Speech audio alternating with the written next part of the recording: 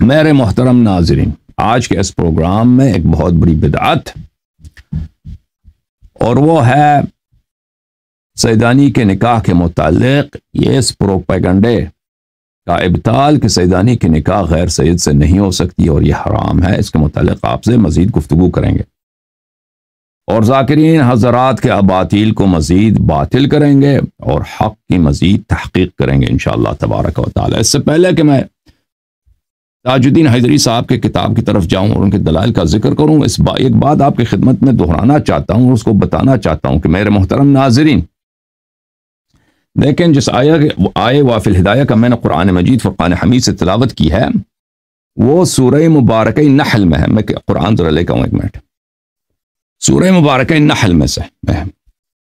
سورہ نحل میں اللہ تعالیٰ کا ارشاد ہے میرے محترم ناظرین، اور یہ میں نصیحت کے طور پر کہتا ہوں، جو لوگ جنتی بننا چاہتے ہیں، نجات حاصل کرنا چاہتے ہیں، جو لوگ جہنم سے نکلنا چاہتے ہیں اور ہدایت کے راستے پہ آنا چاہتے ہیں، وہ ہمارے اور آپ کے درمیان کوئی اور راستہ نہیں ہے سوائے قرآن و اطاعت علیہم الصلاۃ والسلام کی اتباع کا۔ دیکھیں فرقان حمید میں سورہ مبارکہ نحل میں اللہ رب العزت کا ارشاد ہے وَلَا تَقُولُوا لِمَا تَصِفُ أَلْسِنَتُكُمُ الْكَذِبَ، اے مسلمانوں تمہارے منہ سے جو جھوٹی باتیں نکل رہی ہیں، جو اغلاط آپ کے منہ سے نکل رہے ہیں، هذا حلال وهذا حرام، یہ حلال ہے یہ حرام، یہ حلال یہ حرام ہے، اس طرح نہ جھوٹی بات تمہارے منہ سے نکل رہا ہے اور اس کو کہہ رہے ہو کہ اور وہ بھی کس شرعی مسائل میں، حلال و حرام کے مسائل میں، یہ بند کر دو۔ یہ آپ اپنے سے حلال نہ کریں، اپنے سے حرام نہ کریں، آپ تابع ہو جائیں، تسلیم ہو جائیں ثقلین کے قرآن و اطرت کے۔ لِتَفْتَرُوا عَلَى اللَّهِ الْكَذِبِ، کہ تم اللہ تعالیٰ پہ افتراء کرتے ہو۔ او عزیزو سن لو، میں اپنے سادہ شیعہ بھائیوں سے کہتا ہوں، ادھر بیٹھ کے انٹرنیٹ پہ لکھتے ہو کہ سیدانی کا نکاح حرام ہے، تم نے اگر چیٹ میں یہ لکھ دیا، تم نے اگر کامنٹ میں یہ لکھ دیا یا تم نے کہیں یہ بول دیا تو یاد رکھو یہ کفر باللہ ہے، یہ اللہ تعالیٰ پہ افتراء ہے، یہ جہنم میں خلود کا سبب ہے، یہ کوئی چھوٹی بات نہیں ہے۔ میں آپ کو بتا دوں گا ابھی انشاءاللہ، میں روایات بتاؤں گا کہ جو لوگ اپنے سے حلال کو حرام، حرام کو حلال بناتے ہیں، پتہ ہے نہیں، قرآن پڑھ نہیں سکتے۔ ذاکرین کی خدمت میں بھی عرض کرتا ہوں، اکثر ذاکرین تو وہ تو اسلام کے راستے سے نکل چکے ہیں، ان کا اسلام سے کیا تعلق ہے؟ ذاکرین کا عقیدہ ان کا خراب، وہ دنیا کا بدترین کافر کیا ہوتا ہے میرے عزیزوں؟ دنیا کے بدترین کافر غالی ہوتا ہے، اور آپ کے ذاکرین میں سمجھتا ہوں کہ اکثر ان کے غالی ہیں۔ اچھا اگر ان میں سے کوئی ہے جو اپنا عقیدہ صحیح کرنا چاہتا ہے، جہنم نہیں جانا چاہتا، تو سن لو، اپنے سے نہ بولو حرام ہے، اپنے سے نہ بولو حرام ہے، اس لیے کہ تم نے ایک بدعت بنائی، اب اس بدعت پہ ضد کرنا چاہتے ہو، تمہارے انا کا مسئلہ ہے، تمہارے تعصبات کا مسئلہ ہے۔ لِتَفْتَرُوا عَلَى اللَّهِ الْكَذِبَ إِنَّ الَّذِينَ يَفْتَرُونَ عَلَى اللَّهِ الْكَذِبَ لَا يُفْلِحُونَ، جو لوگ اللہ پہ جھوٹ، یعنی آپ شریعت میں جب جھوٹ باندھتے ہو نا، یہ اللہ پہ جھوٹ باندھنا ہے۔ جب تم کہتے ہیں یہ حرام ہے، اس کا کیا مطلب ہے؟ یعنی اللہ تعالیٰ نے فرمایا کہ یہ منع ہے، تو یہ اللہ پہ افتراء ہے، اور جو اللہ پہ افتراء باندھتا ہے وہ اس کی فلاح نہیں ہے، اس کی رستگاری نہیں ہے۔ متاع قلیل ولہم عذاب علیم، دنیا میں تھوڑی سے آپ کو مہلت ملے گی، اور اس کے بعد کیا؟ اس کے بعد دردناک عذاب ہے، دردناک عذاب ہے۔ محترم ناظرین ملاحظہ فرمائیے، یہ آپ کی خدمت میں کچھ روایات احادیث اہل بیت ابرار علیہم الصلاۃ والسلام کے لسان اقدس سے، کتاب ہے معانی الاخبار شیخ صدوق رحمۃ اللہ علیہ کی، یہاں پر صفحہ نمبر 154 میں، یہ کون سی کتاب ہے بھائی؟ ایک منٹ، یہ صحیح ہے لیکن میں یہ اس حدیث کو نہیں پیش کرنا چاہ رہا تھا، ایک منٹ۔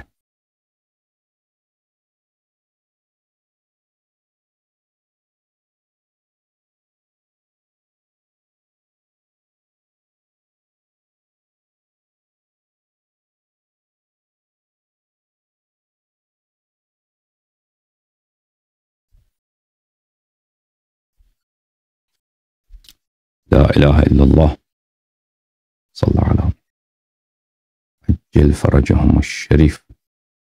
ایک منٹ میں آپ کی خدمت میں اور حدیث پیش کرنا چاہ رہا تھا، یہ بھی حدیث سے ہمارے مسئلے سے مناسبت رکھتا ہے، لیکن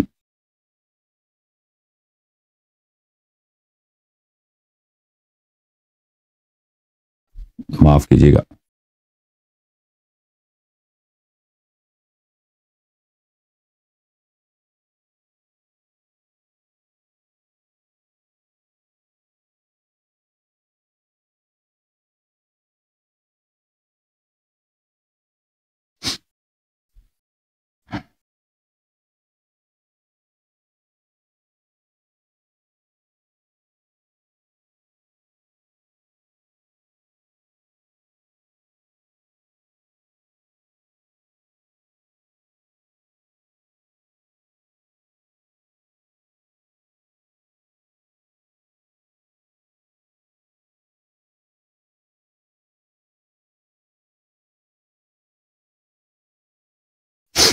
ملاحظہ فرمائیے کتاب الروضہ من الکافی للکلینی رحمۃ اللہ علیہ.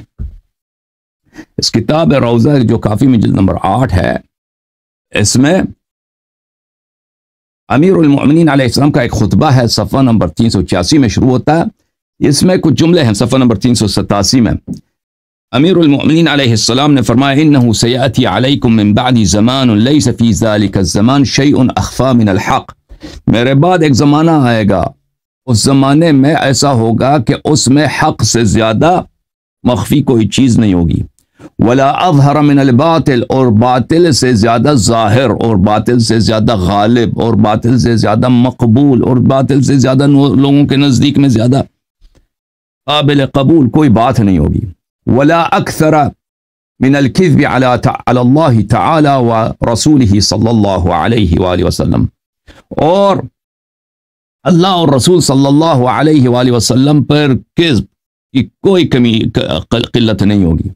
ولیس عند اہل ذلك الزمان سلعة ابور من الكتاب اذا تلی حق تلاوته.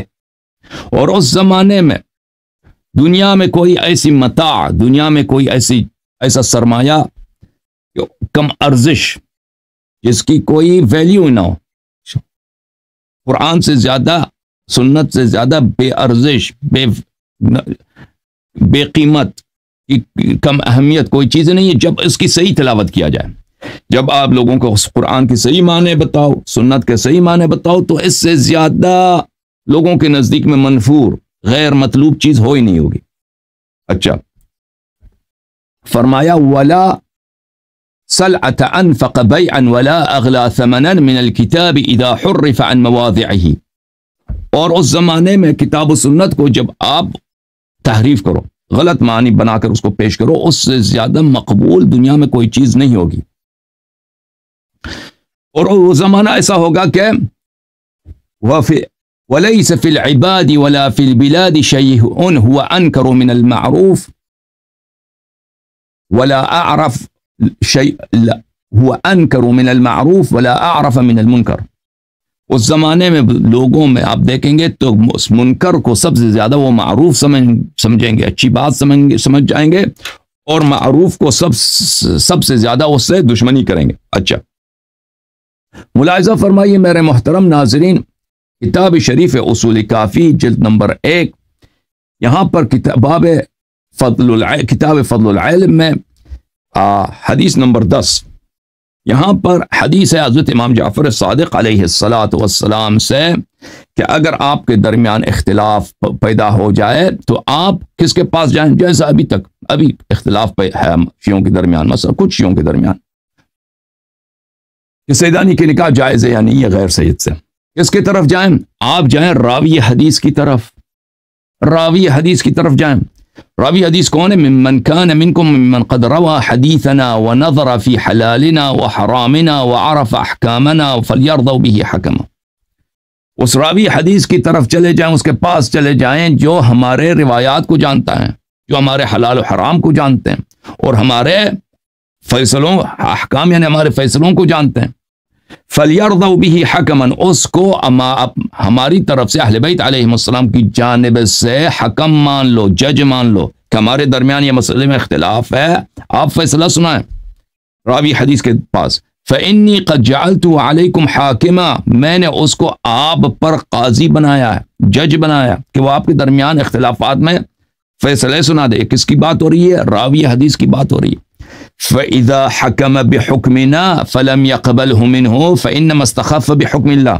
اب سن لو غالی حضرات سن لیں، جو شیعوں کو پرواہ نہیں ہے حلال و حرام کی، اور بھائی تمہیں کیا ضرورت ہے، تم کہتے ہو یہ نکاح حرام ہے، تم پہ وہی نازل ہوئی ہے، روایات سب کہہ رہے ہیں کہ جائز ہے، تم بلا دلیل کو اس کو حرام قرار دے رہے ہو. اب سن لو کہ یہ کفر ہے.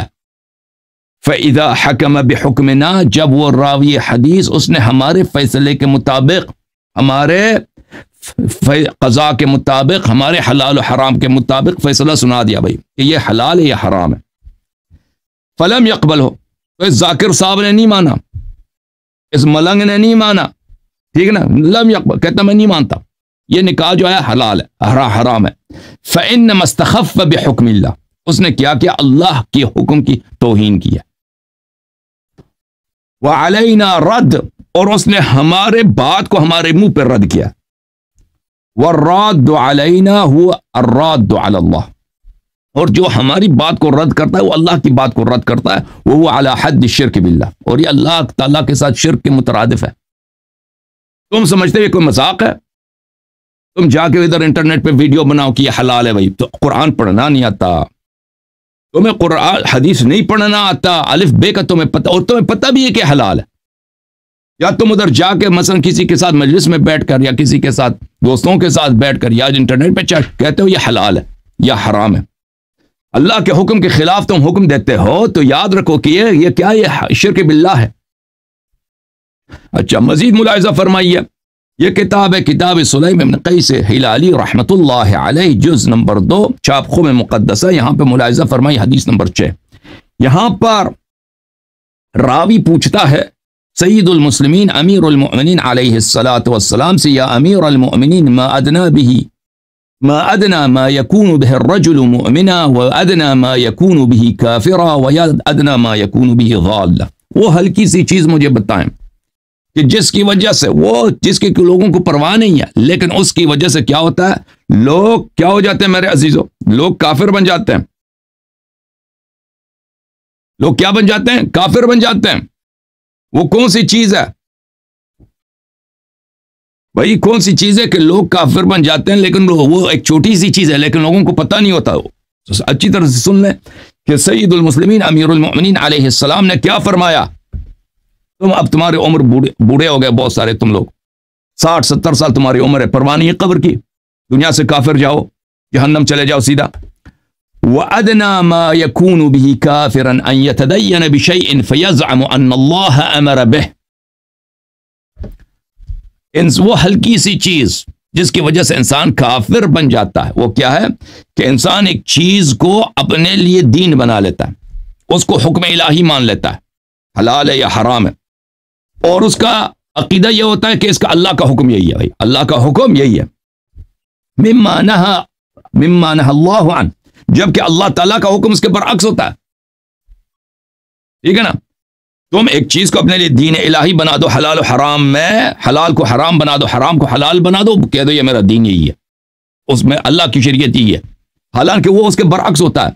ثم ينصبه دینا، پھر اس کو اپنا دین میں اپنا عقیدہ بنا لیتے ہو. ٹھیک ہے، مثلا فرض کریں یہی مسئلہ کیا ہے، یا تقلید کا مسئلہ ہے، ٹھیک ہے نا، اجتہاد کا مسئلہ ہے، یا سیدانی کے نکاح کا مسئلہ ہے، یا حکومت اسلامی کا مسئلہ ہے، یا جواز خروج، جواز انقلاب کا مسئلہ ہے، یا ولایت فقیہ، کوئی بھی چیز ہو جس کا اہل بیت علیہ السلام نے حکم نہیں دیا بلکہ اس کے برعکس شاید انہوں نے حکم دیا ہو. سیدانی کے نکاح کے مسئلے کو لے لیں، اہل بیت علیہ السلام کے ہاں جائز، تم اس کو حرام قرار دیتے ہو، دلیل ہے بھی نہیں، تم اس کو لے اپنا دین بنا لیتے ہو. فیتبرع ویتولی، اور اسی بات پہ تم تبرع کرتے ہو اور تولی کرتے ہو. جو تیری طرح کہہ دے کہ یہ حرام ہے تو اس سے تولی کرتے ہو، اور جو تیری طرح کہہ تیری مخالفت کرے کہ حرام ہے اس کو گالی دو گے، تبرع کرو گے. وَيَزْعَمُ أَنَّهُ يَعْبُدُ اللَّهَ الَّذِي أَمَرَ بِهِ، اور اس شخص کا گمان یہ ہوتا ہے کہ اللہ کی عبادت کر رہا ہے، یہ اللہ کے دین پر ہے. نہیں، یہ کافر بن چکا ہے. سمجھ میں آئی نا بات؟ اب حلال کو حرام بنا دینا، حرام کو حلال بنا دینا، یہ کوئی ہلکی بات نہیں ہے میرے عزیزوں.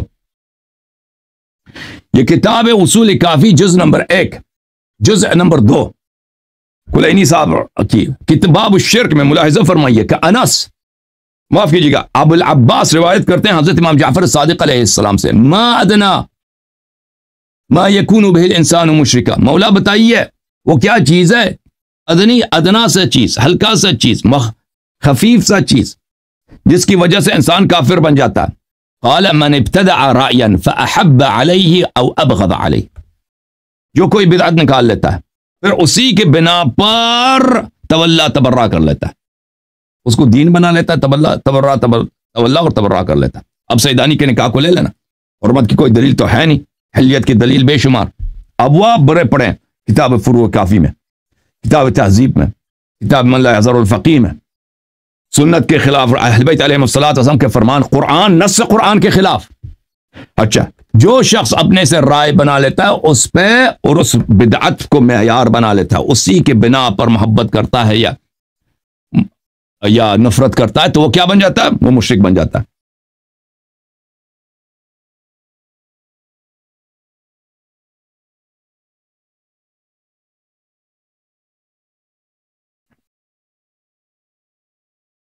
پھر اسی کتاب کافی میں شریف میں صفحہ نمبر 389 میں باب وجوہ الکفر ہے. یہ حدیث کافی لمبی ہے، میں پڑھنا چاہ رہا تھا لیکن وقت کے بچانے کے پیش نظر یہ بہت ہی پیاری حدیث ہے. اس میں کفر کے اقسام ہیں کہ کفر کے کتنے اقسام ہیں، امام علیہ الصلوۃ والسلام کفر کے اقسام بتاتے ہیں. تو اس کفر کے اقسام میں سے ایک کفر جحود ہے. کفر جحود ہے. کفر جحود یہ ہے کہ انسان یجحد الجاحد وهو يعلم انه حق، انسان کسی بات کا انکار کرے لیکن اس کو پتہ ہے کہ یہ حق ہے. یہ اس کو کیا کہتے ہیں؟ کفر جحود کہتے ہیں. انسان کو، آپ کو پتہ چل گیا کہ اب یہ اس کی حرمت پہ کوئی دلیل نہیں ہے، یہ حلال، اس کی حلیت پہ دلیل ہے، آپ آ کے انکار کرو زبردستی تعصب میں، یہ کفر ہے. وَهُوَ قَدْ اسْتَقَرَّ عِنْدَهُ، وہ اس کو پتہ ہے کہ یہ جائز ہے. قال اللہ تعالی وَجَحَدُوا بِهَا وَاسْتَيْقَنَتْهَا أَنفُسُهُمْ ظُلْمًا وَعُلُوًّا. اچھا، اور اس میں وجہ رابع جو ہے، وجہ رابع جو ہے کفر میں سے کیا ہے؟ ترک ما امر اللہ عز وجل بہ، کہ انسان اللہ تعالیٰ کے اوامر کو چھوڑ دے. اب اس کی تفصیل ہے، اس میں کچھ آیات امام علیہ السلام نے بیان کی ہے، اب اس کو ہم بیان نہیں کرتے کیونکہ اس میں بہت ٹائم لگے گا.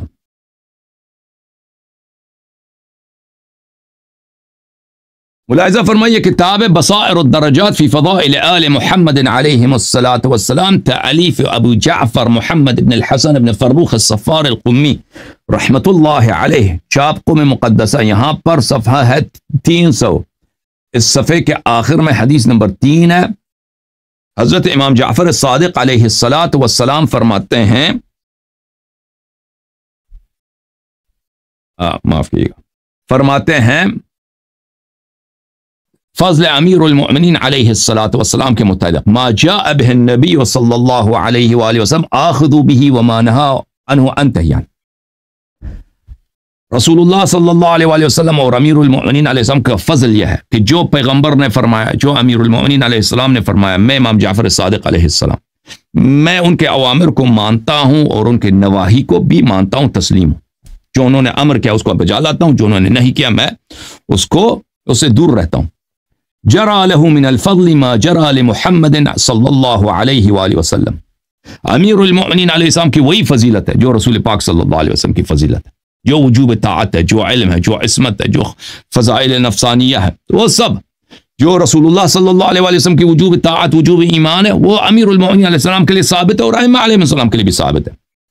ولمحمد صلی اللہ علیہ وآلہ وسلم الفضل على جميع من خلق اللہ، اور رسول اللہ صلی اللہ علیہ وسلم سب مخلوقات پہ افضل ہے، تو امیر المؤمنین علیہ السلام بھی سب مخلوقات پہ افضل. المتعقب علیہ فی شیء من احکامہ کالمتعقب علی اللہ وعلی رسولہ صلی اللہ علیہ وآلہ. جو شخص امیر المؤمنین علیہ الصلاۃ والسلام کے کسی ایک بات کو رد کرے، وہ اس طرح ہے کہ اس نے رسول اللہ صلی اللہ علیہ وآلہ وسلم کی بات کو رد کیا، اللہ کی بات کو رد کیا. التعقیب علی فلان، تعقیب یعنی کسی کی بات کو رد کرنا، قبول نہ کرنا، انکار کر دینا. والراد علیہ فی صغیرۃ او کبیرۃ علی حد الشرک باللہ.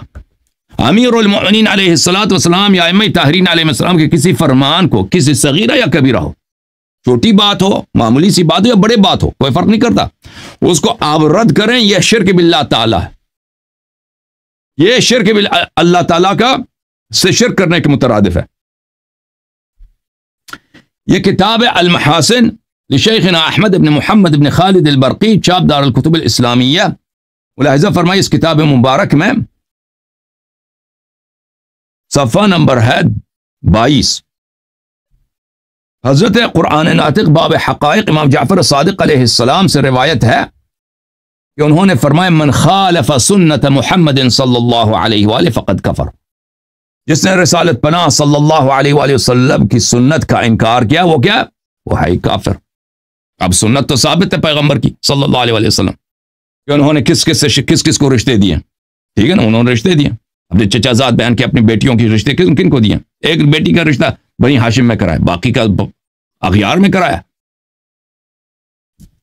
جو سنت کی مخالفت کرے، احادیث کی مخالفت، وہ کافر ہوتا ہے، وہ مسلمان نہیں ہے۔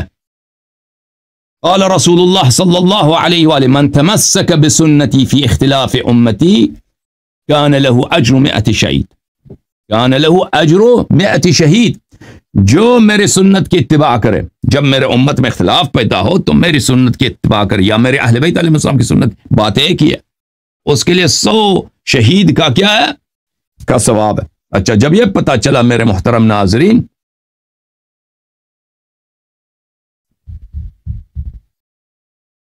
اب آتے ہیں یہ مقدمے کے طور پر آپ کی خدمت میں عرض کیا ہے عزیزوں۔ یہ مقدمہ کیا ہے؟ مقدمہ یہ ہے میرے محترم ناظرین کہ آپ اپنے سے کسی چیز، آپ کو حق نہیں ہے کہ اپنے سے حلال بنائیں، حرام بنائیں، تو تابع ہو جائیں اہل بیت طاہرین علیہم الصلاۃ والسلام کی۔ اچھا، جماعت ذاکرین کے پاس، ان کے پاس جو سب سے اہم استدلال ہے سیدانی کے نکاح کی حرمت پر، وہی ہے جو تاج الدین حیدری کی کتاب ہے، یہ الرحمت المہدات فی عظمت السادات، جو تاج الدین حیدری صاحب نے چھپوایا۔ اچھا، اس کتاب میں میرے محترم ناظرین، اس میں ہم نے کچھ آیات کا جواب دے دیا تھا، اس میں کچھ آیات رہ گئے تو ان کا جواب دیتے ہیں۔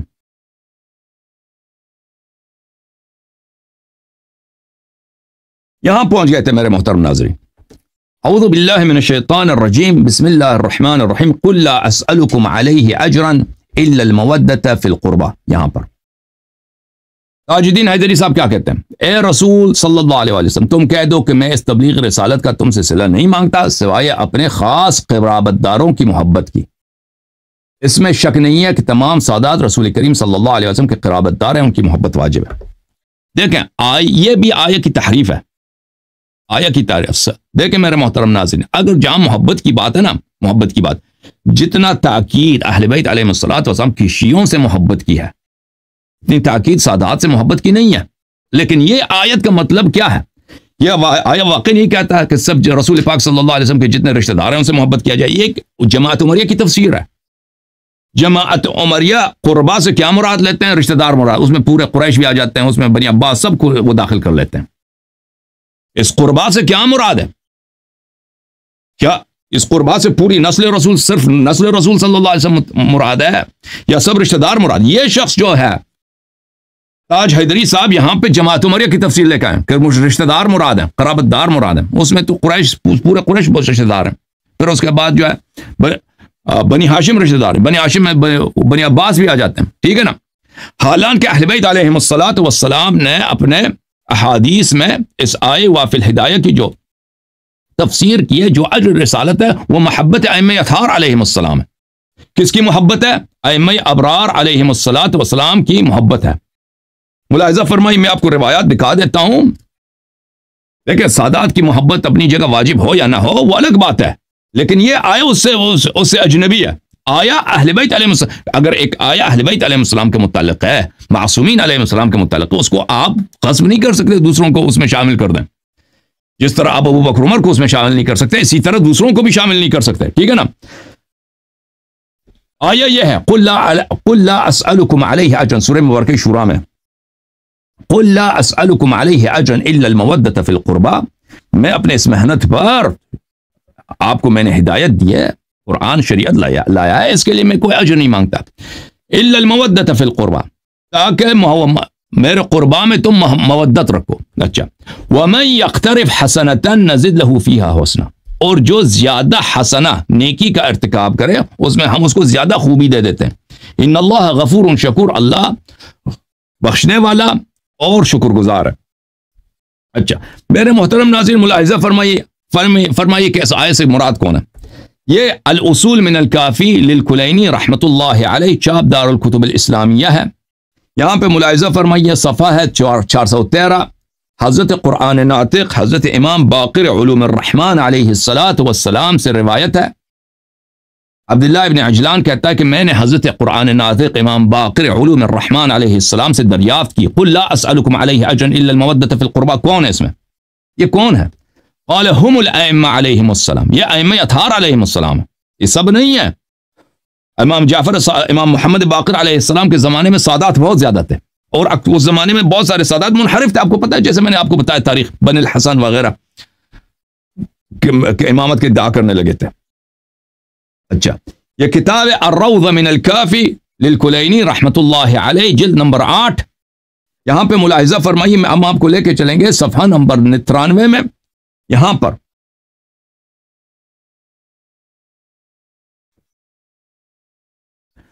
حدیث نمبر 67، امام جعفر راوی کہتا ہے کہ امام جعفر صادق علیہ السلام سے مجھ سے پوچھا ما یقول اہل البصرہ فی هذه الآیہ، بصرہ والے اس آیہ کے متعلق کیا کہتے ہیں؟ قل لا اسألکم علیہ اجرا الا المودۃ فی القربى قلت جعلت فداک انہم یقولون انہا لاقارب رسول اللہ صلی اللہ علیہ وآلہ۔ انہوں نے کہا کہ یہ وہ کہتے ہیں کہ یہ رسول صلی اللہ علیہ وسلم کے جو رشتہ دار ہیں، وہی تاج حیدری والی جو تفسیر ہے آیہ کی، رسول اللہ صلی اللہ علیہ وسلم کے جو اقارب ہیں ان کے متعلق نازل ہوئی ہے۔ فرمایا کذبو، امام جعفر صادق علیہ السلام نے فرمایا جھوٹ بول، یہ تفسیر جھوٹ ہے، یہ غلط ہے۔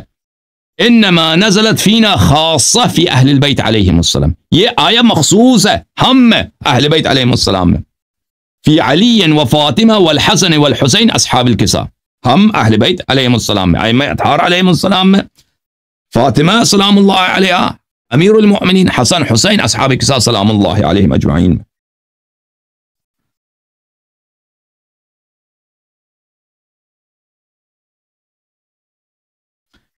یہ کتاب عیون و اخبار الرضا لشیخنا الصدوق رحمۃ اللہ علیہ، جلد نمبر 1، ملاحظہ فرمائیے اس میں، یہاں پر صفحہ نمبر 228 میں ایک باب ہے، امام رضا علیہ السلام نے ایک مجلس میں مامون سے بات کیا تھا، فرمایا تھا کہ امت میں اور عطرت میں اور امت میں کیا فرق ہے۔ اچھا وہاں پر آیہ جو آیہ نمبر 6 ہے، اس کے متعلق امام رضا علیہ السلام فرماتے ہیں والآیہ السادسہ، جو اہل بیت علیہ السلام کی فضیلت امت پر، وہ یہ ہے قل لا اسألکم علیہ اجرا الا المودۃ فی القربى وهذه خصوصیۃ للنبی صلی اللہ علیہ وآلہ الى یوم القیامہ وخصوصیۃ للآل دون غیرہم، یہ مخصوص جو ہے کہ محبت واجب ہے اجر رسالت کے طور پر، یہ نبی صلی اللہ علیہ وآلہ وسلم اور اہل بیت علیہ السلام کے لیے، امت کے لیے نہیں۔ اچھا پھر امام علیہ السلام اگلے صفحے میں فرماتے ہیں وقول اللہ عز وجل لنبی صلی اللہ علیہ وآلہ، یہ اللہ نے جو اپنے حبیب صلی اللہ علیہ وسلم سے فرمایا لا اسألکم علیہ اجرا الا المودۃ فی القربى، میرے قربا سے ہر حالت میں، شب و روز میں، ہر حالت میں، وہ جس حالت میں بھی ان سے محبت کرو، جس حالت میں بھی، جس عمل میں بھی ان سے محبت کرو، اس کا مطلب یہ ہے کہ وہ معصومین ہیں، وہ کبھی ہدایت کے راستے سے خطا نہیں کریں گے، کیونکہ جب انسان منحرف ہو جاتا ہے یا کافر ہو جاتا ہے یا عقیدہ اس کا غلط ہو جاتا ہے یا غلط راستے، اس سے آپ محبت نہیں کر سکتے، محبت نہیں کر سکتے۔ فرمایا وَلَمْ يَفْرِضُ اللَّهُ تَعَالَى مَوَدَّتَهُمْ إِلَّا وَقَدْ عَلِمَ أَنَّهُمْ لَا يَرْتَدُّونَ عَنِ الدِّينِ أَبَدًا وَلَا يَرْجَعُونَ إِلَى ضَلَالٍ أَبَدًا، اللہ تعالیٰ نے ائمہ ابرار علیہم السلام سے محبت ہر حال میں واجب کیا ہے، شب و روز محبت واجب کیا ہے، زندگی کے ابتدا سے موت تک محبت واجب فرمایا ہے، وہ جو بھی عمل لائیں پھر بھی ان سے محبت واجب، اس لیے کہ اللہ کو پتہ ہے کہ یہ کبھی گمراہ نہیں ہوں گے، یہ کبھی غلط راستے پہ نہیں جائیں گے، یہ کبھی گناہ کی طرف نہیں جائیں گے، یہ کبھی کفر کا مرتکب نہیں ہوں گے۔ ابھی ہمیں پتہ کہ سادات تو کافر ہو جاتے ہیں، کم ہے سادات جو ابھی عمری بن چکے ہیں، وہابی بن چکے ہیں، جد اندر جد سے وہابی ہیں، بہت سارے سادات ہیں دنیا میں، جد اندر جد سے، یہ تو پاکستان میں بہت سارے ہیں، کہتا رضوی ہے، فلانی ہے، وہ اس کا باپ بھی وہابی، اس کا دادا بھی وہابی، بہت سارے ہیں، بہت سارے سادات کرسچن بن چکے ہیں، ہندو بن چکا ہے، ابھی اخبار میں آئے تھے، ایک میں نے دیکھا تھا اس کا کلپ بھی ہے، جا کے ہندو بن گیا بھائی سید، ٹھیک ہے نا. تو اور پھر منحرف تو الا ماشاء اللہ کہ صوفی وغیرہ وہ غالی، یہ تو کوئی کمی تو نہیں ہے نا، ٹھیک ہے نا. تو یہ وہ امام رضا علیہ السلام فرماتے ہیں کہ یہ محبت اس لیے واجب فرمایا کہ یہ کبھی منحرف نہیں ہوتے. تو یہ کون ہے؟ یہ پورے سادات ہیں یا صرف ائمہ ابرار علیہم السلام ہے؟ ملاحظہ فرمائیے میرے محترم ناظرین، یہ کتاب المحاسن ہے، شیخ احمد ابن محمد ابن خالد برقی رحمۃ اللہ علیہ کی، یہ کلینی سے بھی پہلے عالم ہے. ملاحظہ فرمائیے یہ صفحہ نمبر 145 ہے، حدیث نمبر 48 ہے. حضرت قرآن ناطق امام باقر علوم الرحمن علیہ السلام سے میں نے پوچھا اس آیہ کے متعلق، قل لا اسألکم علیہ اجرا الا المودۃ فی القربى قال هم الائمہ، یہ ائمہ اطہار علیہم السلام الذین لا یاکلون الصدقہ ولا تحل لهم، یہ ائمہ علیہم السلام وہ ہیں جو صدقہ نہیں کھاتے اور صدقہ ان کے لیے حرام ہے. صدقے کے متعلق جو ہے نا اس میں مختلف روایات ہیں، میں نے آپ کو بتایا تھا. ایک روایت جو مشہور ہے کہ جتنے اقارب نبی صلی اللہ علیہ وسلم، اس میں بنی عباس بھی آ جاتے ہیں، اس پہ صدقہ حرام ہے. یہ شیعوں کے بھی مشہور حدیث ہے، جماعت عمریہ کا قول یہی ہے، ٹھیک ہے نا. یہ شیعہ اور عمریہ اس مسئلے پہ متفق ہیں. اس مسئلے پر شیعوں کے پاس پر انفراد ہے، منفرد ہے کہ یہ صرف ائمہ طاہرین علیہ السلام پہ حرام ہے صدقہ، بلکہ سادات پہ حرام نہیں ہے. پھر یہ قول ہے، تیسرا جو روایت ہے وہ ہے کہ ائمہ اطہار علیہ السلام اور ان کی شیعوں پر، ان پہ حرام ہے. تو اس میں 3 مختلف ہیں، ٹھیک ہے نا.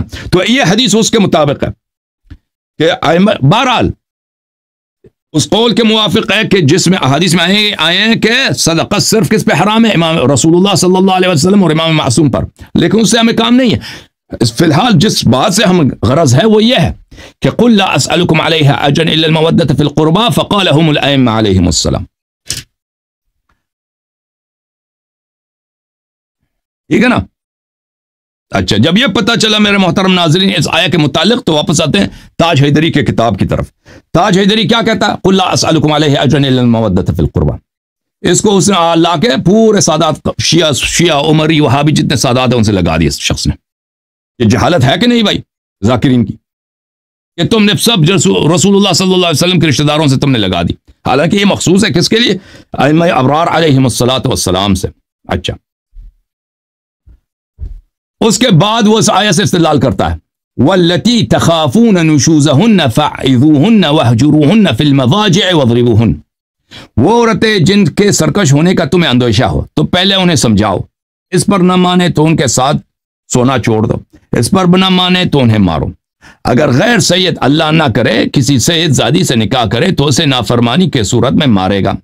ایک طرف سادات سے محبت کا حکم ہے، ایک طرف قرآنی حکم مارنے کا ہے. اس صورت میں قرآنی آیات میں تضاد لازم آتا ہے، لہٰذا سید زادی کا نکاح غیر سید سے کسی بھی صورت میں جائز نہیں ہو سکتا. اس کو کیا کہتے ہیں؟ قیاس. اس کو کہتے ہیں قیاس. اپنے سے دین اسلام میں داخل کر دینا. تیرے پاس حدیث ہے تو لے کے آؤ نا، کوئی قرآن کی آیت ہے کہ سید زادی سے نکاح نہیں ہو سکتا. یہ تو تم نے اپنے اجتہاد سے بنا دی نا، اپنے اجتہاد سے بنا دی. مولوی صاحب تاج الدین حیدری صاحب آپ نے بنا دی.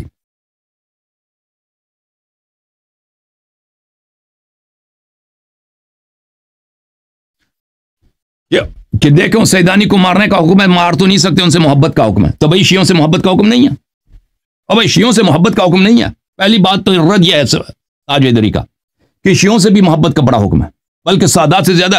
اگر آپ اس بات کو دیکھیں نا روایات میں کہ سادات کی جو ملاک ہے، سیادت کی جو ملاک ہے اور تشیع کی جو ملاک ہے، ان دونوں میں آپ تقارن کریں کہ کون سا سبب محبت ہے زیادہ ہے. احادیث بلا شک بلا ریب بلا شک تشیع ولایت. تو پھر تو کسی بھی شیعہ عورت سے شادی نہیں ہو سکتی، کیونکہ شیعوں سے محبت کا حکم ہے نا. شیعوں سے نفرت کا حکم ہے، محبت کا حکم ہے. آپ خود کہتے ہو نا، سب شیعہ کہتے ہو کیا کہ فروع دین 10 ہے، اس میں کیا تولا تبرہ ہے. تولا کا کیا مطلب ہے؟ اہل بیت علیہ السلام سے محبت، ان کے دوستوں سے محبت، ان کے شیعوں سے محبت ہے کہ نہیں بھائی؟ شیعوں سے محبت ہے، حکم الہی ہے کہ نہیں ہے؟ محبت حکم الہی ہے، ٹھیک ہے نا. تو اب پھر کسی شیعہ عورت سے شادی نہیں کر سکتے نا. تاج الدین حیدری اس کا کیا کرو گے؟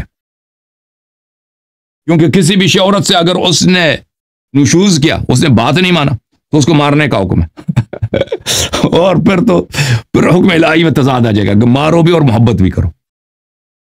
بہرحال آیا یہ ہے میرے محترم ناظرین، بسم اللہ الرحمن الرحیم، واللتی، سورہ مبارکہ نساء میں آیہ نمبر 24 ہے، واللتی تخافون نشوزہن، نشوز بولتے ہیں لغت میں، نشوز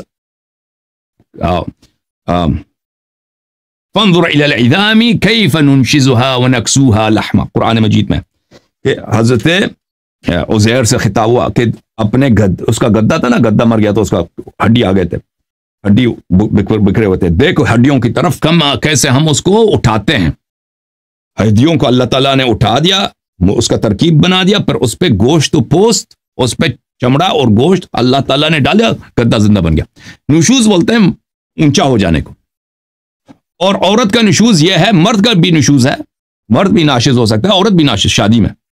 مرد کا نشوز یہ ہے کہ عورت کے ساتھ بولے میں تمہیں طلاق دے دیتا ہوں، مجھے تیری ضرورت ہی نہیں ہے، یہ نشوز ہے۔ عورت کا نشوز یہ ہے کہ بھائی شوہر سے وہ نفرت کرنے لگے۔ عورت جو ہے نا، وہ اگر کسی بیوی کو اپنے شوہر سے نفرت ہو جاتا ہے، بھائی اس کے ساتھ سونا نہیں چاہتی، اس کے ساتھ زندگی نہیں گزارنا چاہتی، تو اس کو نشوز کہتے ہیں، کیونکہ وہ اپنے آپ کو بلندتر سمجھتی ہے شوہر سے۔ واللتی تخافون نشوزہن، جن عورتوں کا تمہیں ڈر ہے کہ بھئی یہ تو نشوز کریں گی، یہ تو شوہر کی بات ہے، آپ نہیں ماننے کے لیے تیار، فعظوہن، کیا کرو، ان سے پیار سے محبت سے ان کو سمجھا دو، موعظہ کرو، وہجروہن فی المضاجع، پھر اگر یہ کام نہ دے تو کیا کرو، ان کے ساتھ ایک بستر میں سونا بند کر دو، کیونکہ اگر اس کو اس کے دل میں اپنے شوہر سے محبت ہے نا، جب شوہر اس کے ساتھ ایک گھر میں نہیں، ایک بستر پہ نہیں سوئے گا تو وہ آ جائے گی بھائی کہ بھئی اس کو برداشت نہیں کرے گی کہ آ جاؤ، کہے گی کہ آ جاؤ بستر پہ آ جاؤ، کیوں ناراض ہو، وہ دوبارہ مصالحہ ہو جائے گا، ٹھیک ہے نا۔ لیکن اگر اس کو محبت ہی نہیں ہو تو خوش ہو جائے گی، کہتے ٹھیک ہے، اچھا ہو گیا، دفع ہو گیا۔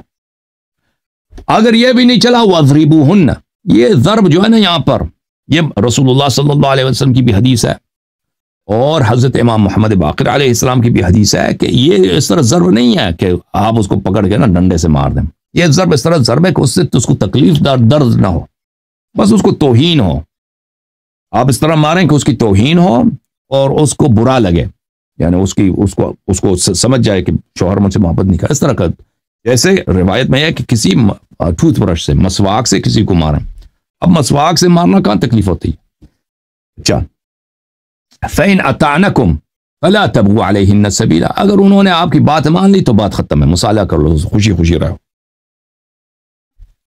ملاحظہ فرمائیے، یہ کتاب تحف العقول عن آل الرسول صلی اللہ علیہ وآلہ وسلم، تعلیف ابن شعبہ الحرانی رحمۃ اللہ علیہ، چاپ دار الکتب الاسلامیہ، یہ خطبۃ الوداع ہے رسول پاک صلی اللہ علیہ وآلہ وسلم کی، جو حج کے موقع پہ انہوں نے ادا فرمایا تھا۔ اس خطبہ وافی الہدایہ میں صفحہ نمبر 33 میں ایھا الناس، رسول پاک صلی اللہ علیہ وسلم کا فرمان ہے، ان لنسائکم علیکم حقا ولکم علیہن حقا، اے لوگو، آپ کی عورتوں کا آپ پر حق ہے، آپ کی وائفز کا، آپ کی خواتین کا آپ پہ حق ہے، اور آپ کا حق آپ کی زوجات پر ہے۔ حقکم علیہن ان لا یواطعن احدا فرشکم، آپ کا حق اپنی بیوی کے ساتھ یہ ہے کہ آپ کی بیوی کبھی آپ کے ساتھ خیانت غداری نہ کرے، کسی اور مرد کے ساتھ، نستجیر باللہ، اس کے ساتھ ناجائز تعلقات نہ بنائے، اس کو اپنے آپ کے بستر پہ کسی ناجائز اجنبی مرد کو نہ لائے۔ وَلَا يُدْخِلَنَّ أَحَدًا تُكْرِهُونَهُ بُيُوتَكُمْ إِلَّا بِإِذْنِكُمْ، اور آپ کو اگر پسند نہیں کسی شخص سے، اس کو آپ کی اجازت کے بغیر آپ کے گھر میں نہ آنے دے۔ وَأَلَّا يَأْتِينَ بِفَاحِشَةٍ، اور حق یہ ہے، آپ کا حق آپ کی عورتوں پر یہ ہے کہ وہ قبیح اعمال بجا نہ لائیں، ٹھیک ہے نا۔ فَإِن فَعَلْنَا فَإِنَّ اللَّهَ قَدْ أَذِنَ لَكُمْ أَن تَعْضُلُوهُنَّ وَتَهْجُرُوهُنَّ فِي الْمَضَاجِعِ، اگر اور کسی عورت نے یہ کیا، برے کام بجا لاتی ہے، فحواہش بجا لاتی ہے، نامحرم مردوں کے ساتھ اس کے کانٹیکٹ سے چیٹ وغیرہ کرتی ہے، تو اللہ تعالیٰ نے تمہیں حق دیا کہ ان کے ساتھ سختی کرو اور ان کے ساتھ ایک بستر پہ نہ سو جاؤ۔ وَتَضْرِبُوهُنَّ ضَرْبًا غَيْرَ مُبَرِّحٍ، کیا ہے؟ وَتَضْرِبُوهُنَّ ضَرْبًا غَيْرَ مُبَرِّحٍ، اور ان کو مارو لیکن سخت مارنے کا اجازت نہیں ہے، نرمی کے ساتھ مارنا مبرح، یعنی جس سے اس کو زیادہ اذیت نہ ہو، اس طرح مارو۔ یہ ضرب کی تفسیر ہے، کتاب من لا یضر الفقیہ میں اور من لا یحذر الفقی جو ہے یہ سب روایات ہیں. وہاں پہ علامہ شیخ صدوق رحمۃ اللہ علیہ کے جو بیانات ہیں وہ بھی روایات ہیں. ہم نے تحقیق ہم نے من لا یحذر الفقی پڑھا ہے, ہمیں پتہ ہے ان باتوں کا. یہ من لا یحذر الفقی ہے, جلد نمبر 3, چاپ قوم مقدسہ. یہاں پہ ملاحظہ فرمائے باب النشوز میں یہ ہے فالحجر ان يحول الیہا ظہرہا, انسان اپنی عورت سے منہ پھیر دے, اس کو ترک کرے. اس کا مطلب یہ ہے کہ اس کے پیچھے اپنا پشت اس کے پیچھے طرف کر دے, اس سے بات نہ کرے, بات کرنا چھوڑ دے, پشت عورت کی طرف کر دو, ٹھیک ہے نا. والضرب بالسواک وغیرہ ضربا رفیقا, ضرب یہ ہے وہی آیت ہے واللاتی تخافون نشوزہن فعظوہن واہجروہن فی المضاجع واضربوہن. اگر مارنے کی بات ہے تو ان کو ٹوتھ برش کے ساتھ, مسواک کے ساتھ مارو, یا ٹوتھ برش کو ایسی دوسری چیز ہے گھر میں, اس سے مارو. ضرباً رفیقا, ضرباً ایسے مارنا ہو جو بالکل رفقت کے ساتھ, نرمی کے ساتھ, نرمی کے ساتھ ماریں. اس طرح نہ ماریں کہ اس کی ہڈیاں توڑ دیں یا اس کی جلد سے سیاہ ہو جائے یا اس کو بہت تکلیف ہو, بہت درد ہو, اس طرح نہ ماریں. کتاب مجمع البیان میں وہ روایت کرتے ہیں امام باقر علیہ السلام سے. یہ مجمع البیان فی تفسیر القرآن جلد نمبر 3, چاپ دار المرتضیٰ میں ہے. یہاں پر وَاهْجُرُوهُنَّ فِي الْمَضَاجِعِ وَاضْرِبُوهُنَّ کی تفسیر کیا ہے میرے محترم ناظرین؟ عن ابی جعفر علیہ السلام انہ الضرب بالسواک. حضرت قرآن ناطق امام باقر علوم الرحمن علیہ السلام نے فرمایا کہ وہ مسواک کے ساتھ مارنا. عورت کو جو مارنے کا حکم ہے قرآن مجید میں, وہ اس طرح کسی پین کے ساتھ, کسی مارکر کے ساتھ, مسواک کے ساتھ مارو, زیادہ تک اس کو تکلیف نہ ہو. اچھا, تو یہ آپ کو پتہ چلا. تو ضرب کی جو بات ہے اس طرح کی ضرب ہے, ٹھیک ہے نا. اور اگر کوئی شخص کسی سیدانی عورت کے ساتھ شادی کر لیتا ہے تو سیدانی کے لیے واجب نہیں ہے کہ شادی کرے, لیکن ایک دفعہ اگر شادی کیا تو اس پہ واجب ہے کہ اب اس کا شوہر, اس کا خاوند جو مومن ہے, اس کے حقوق بجا لانا اس کے لیے اس پہ واجب, اس سیدانی پہ واجب ہے. نہیں بجا لائے گی تو اس پہ گناہ ہے, ٹھیک ہے نا. اگر یہ بات یہاں تک پہنچتا ہے کہ اس مومن کو اس سیدانی سے مثلا سیدانی سے کیا کرنا پڑتا ہے, منہ پھیرنا پڑتا ہے, پشت کرنا پڑتا ہے, ایک بستر پہ نہ سوئے ہو, پھر اس کو مارے تو وہی وہ ایک ہی حکم ہے.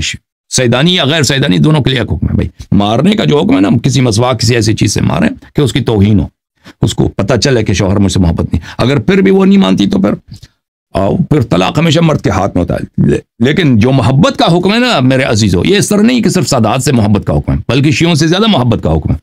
ملاحظہ فرمائیے یہ کتاب الروض من الکافی للکلینی رحمۃ اللہ علیہ, الجزء الثامن, جلد نمبر 8. یہاں پر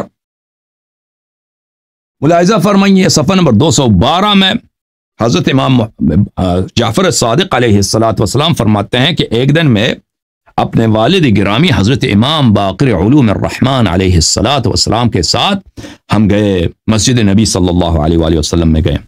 جب وہاں مسجد نبی صلی اللہ علیہ وسلم میں ہم پہنچے, بین القبر والمنبر, قبر شریف اور منبر کے درمیان, روضۃ من ریاض الجنہ, اس کے درمیان. اذا ہوا باناس من الشیعہ فسلم علیہم, میرے والد گرامی نے دیکھا کہ وہاں پہ کچھ شیعہ بیٹھے ہیں, مولا کے کچھ شیعہ بیٹھے ہیں. تو میرے والد گرامی حضرت امام باقر کتنے خوش قسمت شیعہ تھے. مسجد نبی صلی اللہ علیہ وآلہ وسلم, بین القبر والروضہ, بین القبر والمنبر, اور 2 امام تشریف لائے ہیں, 2 چاند تشریف لائے, 2 سورج تشریف لائے. کون؟ حضرت امام باقر علیہ السلام اور حضرت امام صادق علیہ السلام تشریف لائے. وہ شیعہ کتنے خوش قسمت تھے, ٹھیک ہے نا. تو امام جعفر صادق علیہ السلام فرماتے ہیں کہ میرے والد نے ان شیعوں کو سلام دیے اور یہ جملے فرمایا انی واللہ لا احب ریاحکم و ارواحکم, اللہ کی قسم مجھے آپ کی خوشبو سے محبت ہے.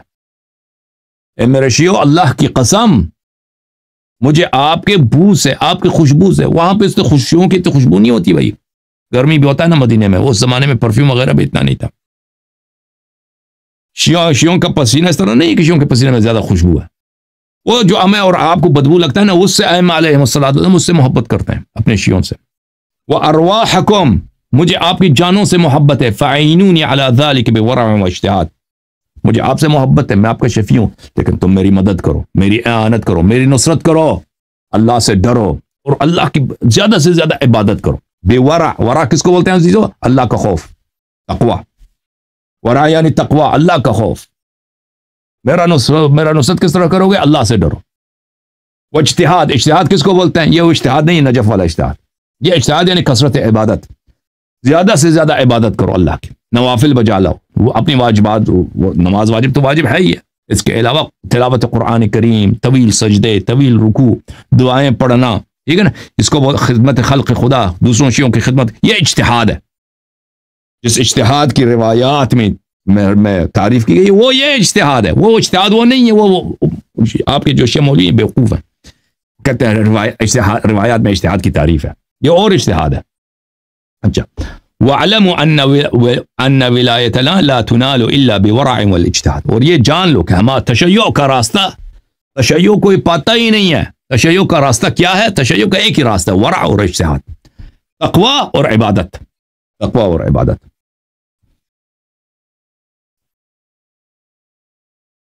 وَمَنِ اعْتَمَّ مِنْكُمْ بِعَبْدٍ فَلْيَعْمَلْ بِعَمَلِهِ. اگر آپ نے کسی کو اپنا امام مانا ہے نا تو اس جیسا عمل بھی بجا لاؤ. یہ اس جملے کے ترجمے پیش کر رہا ہوں آپ کی خدمت میں.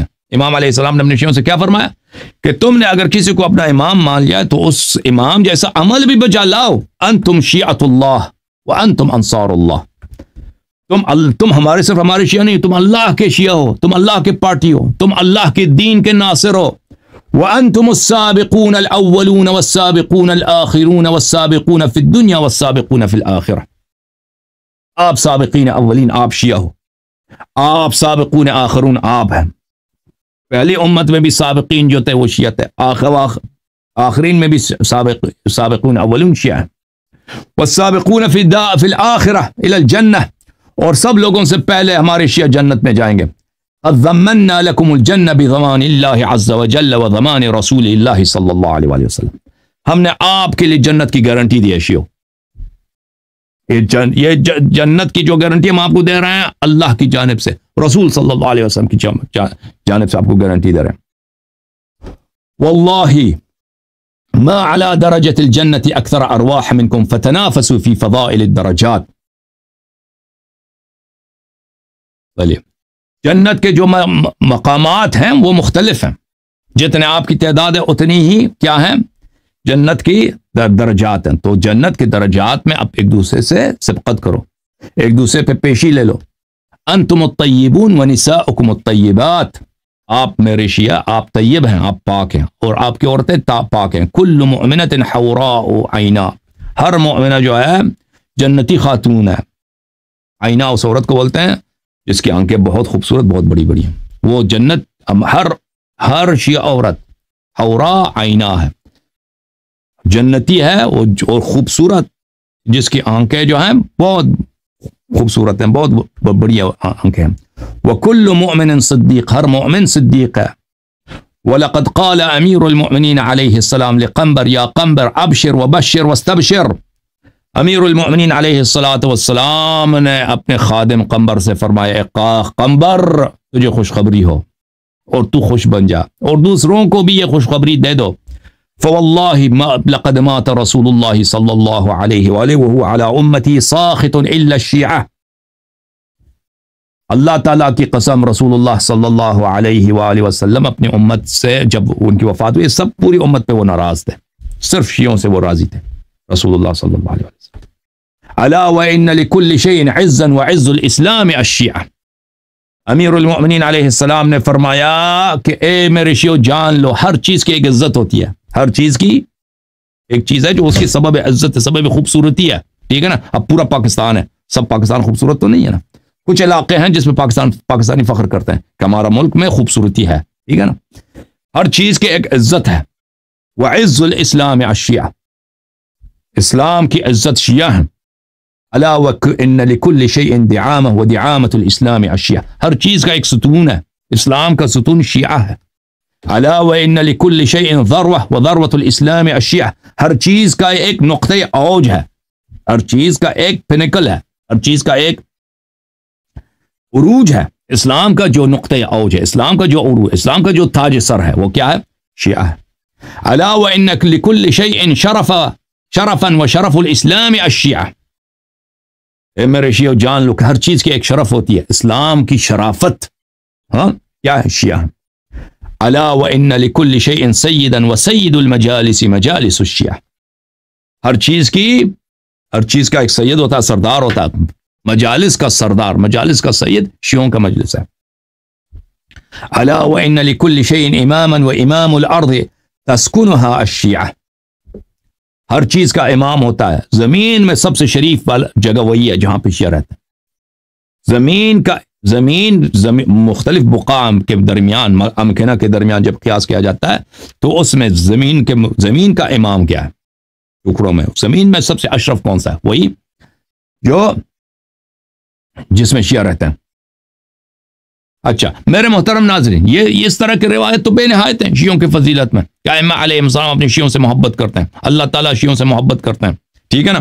تو اس طرح نہیں کہ شیعوں کی محبت والی، یہ اگر یہ مثلا یہ سادات کے لیے ہوتا، ٹھیک ہے نا، یا حدیث آپ نے کبھی سنا بھی نہیں ہوگا، ٹھیک ہے نا، کوئی پڑھتا نہیں ہے کیونکہ یہ اس میں وہ چندے نہیں ہیں، پیسے نہیں. اگر یہی مثلا بنی ہاشم یا سادات کے لیے ہوتا تو آپ کا جینا حرام ہو چکا ہوتا ابھی تک، لیکن یہ شیعوں کے لیے ہے، اس لیے آپ کو کسی نے سنایا نہیں. ملاحظہ فرمائیے کتاب الاصول من الکافی جلد نمبر 1. یہاں پہ آپ کو لے کے چلتے ہیں باب مولد امام جعفر صادق علیہ السلام میں. مولد امام جعفر صادق علیہ السلام میں حضرت امام جعفر صادق علیہ السلام فرماتے ہیں کہ وقالت امی قال ابی. ایک دن میری والدہ نے، حضرت ام فروہ حضرت امام جعفر صادق علیہ السلام کی والدہ جن کے متعلق وہ فرماتے ہیں کانت امی ممن آمنت واتقت واحسنت واللہ يحب المحسنین. میری والدہ جو تھی اللہ کی ولیہ تھی، وہ میری والدہ ان لوگوں میں سے ہیں جنہوں نے ایمان لایا، جنہوں نے تقوی رکھا اور جنہوں نے بہترین عمل کیا اور جن سے اللہ پیار کرتا ہے. فرماتے ہیں کہ میری والدہ جناب ام فروہ رضی اللہ تعالی عنہ وسلام اللہ علیہا نے فرمایا کہ میرے والد امام محمد باقر علیہ السلام نے مجھ سے کہا یا ام فروہ، اے امام جعفر صادق علیہ السلام کی والدہ، یا جناب ام فروہ، انی لادعو اللہ لمذنبی شیعتنا فی اليوم واللیلۃ 1000 مرہ. میں اللہ تعالیٰ کے سامنے، امام محمد باقر علیہ السلام فرماتے ہیں، اپنے گناہگار شیعوں کے لیے دن رات میں 1000 مرتبہ استغفار کرتا ہوں. یہ محبت ہے کہ نہیں؟ ائمہ طاہرین علیہ السلام گناہگار شیعوں سے، میں اپنے گناہگار شیعوں سے کے لیے اللہ تعالیٰ سے دن رات میں 1000 مرتبہ استغفار کرتا ہوں. لأننا نحن فيما ينوبنا من الرزايا نصبر على ما نعلم من الثواب وهم يصبرون على ما لا يعلمون. ہمارے جو شیعہ ہیں، ہم پہ جب مصیبت، ہم اہل بیت علیہ السلام پہ جب مصیبت آتی ہے تو ہم صبر کرتے ہیں، لیکن ہمیں پتہ ہے، ہمارے پاس علم ہے کہ اس کے آگے اس کا کتنا اجر ہے. ہمارے بیچارے شیعہ تو صبر کرتے ہیں، ان پہ مصائب نازل ہوتی ہیں، ذبح ہوتے ہیں، قتل ہوتے ہیں، ہر طرح سے لوگوں کے تانے سننے پڑتے ہیں ان کو، لیکن ان بیچاروں کو پتہ بھی نہیں ہوتا کہ اس کا اجر کتنا عظیم ہے. اس کے باوجود وہ صبر کرتے ہیں، ہمارا دامن ہاتھ سے نہیں جانے دیتے. تو میں ان سے بڑا پیار کرتا ہوں، ان کے لیے دن رات 1000 مرتبہ میں استغفار کرتا ہوں. اچھا میرے محترم ناظرین، اس طرح روایت تو بہت زیادہ ہے.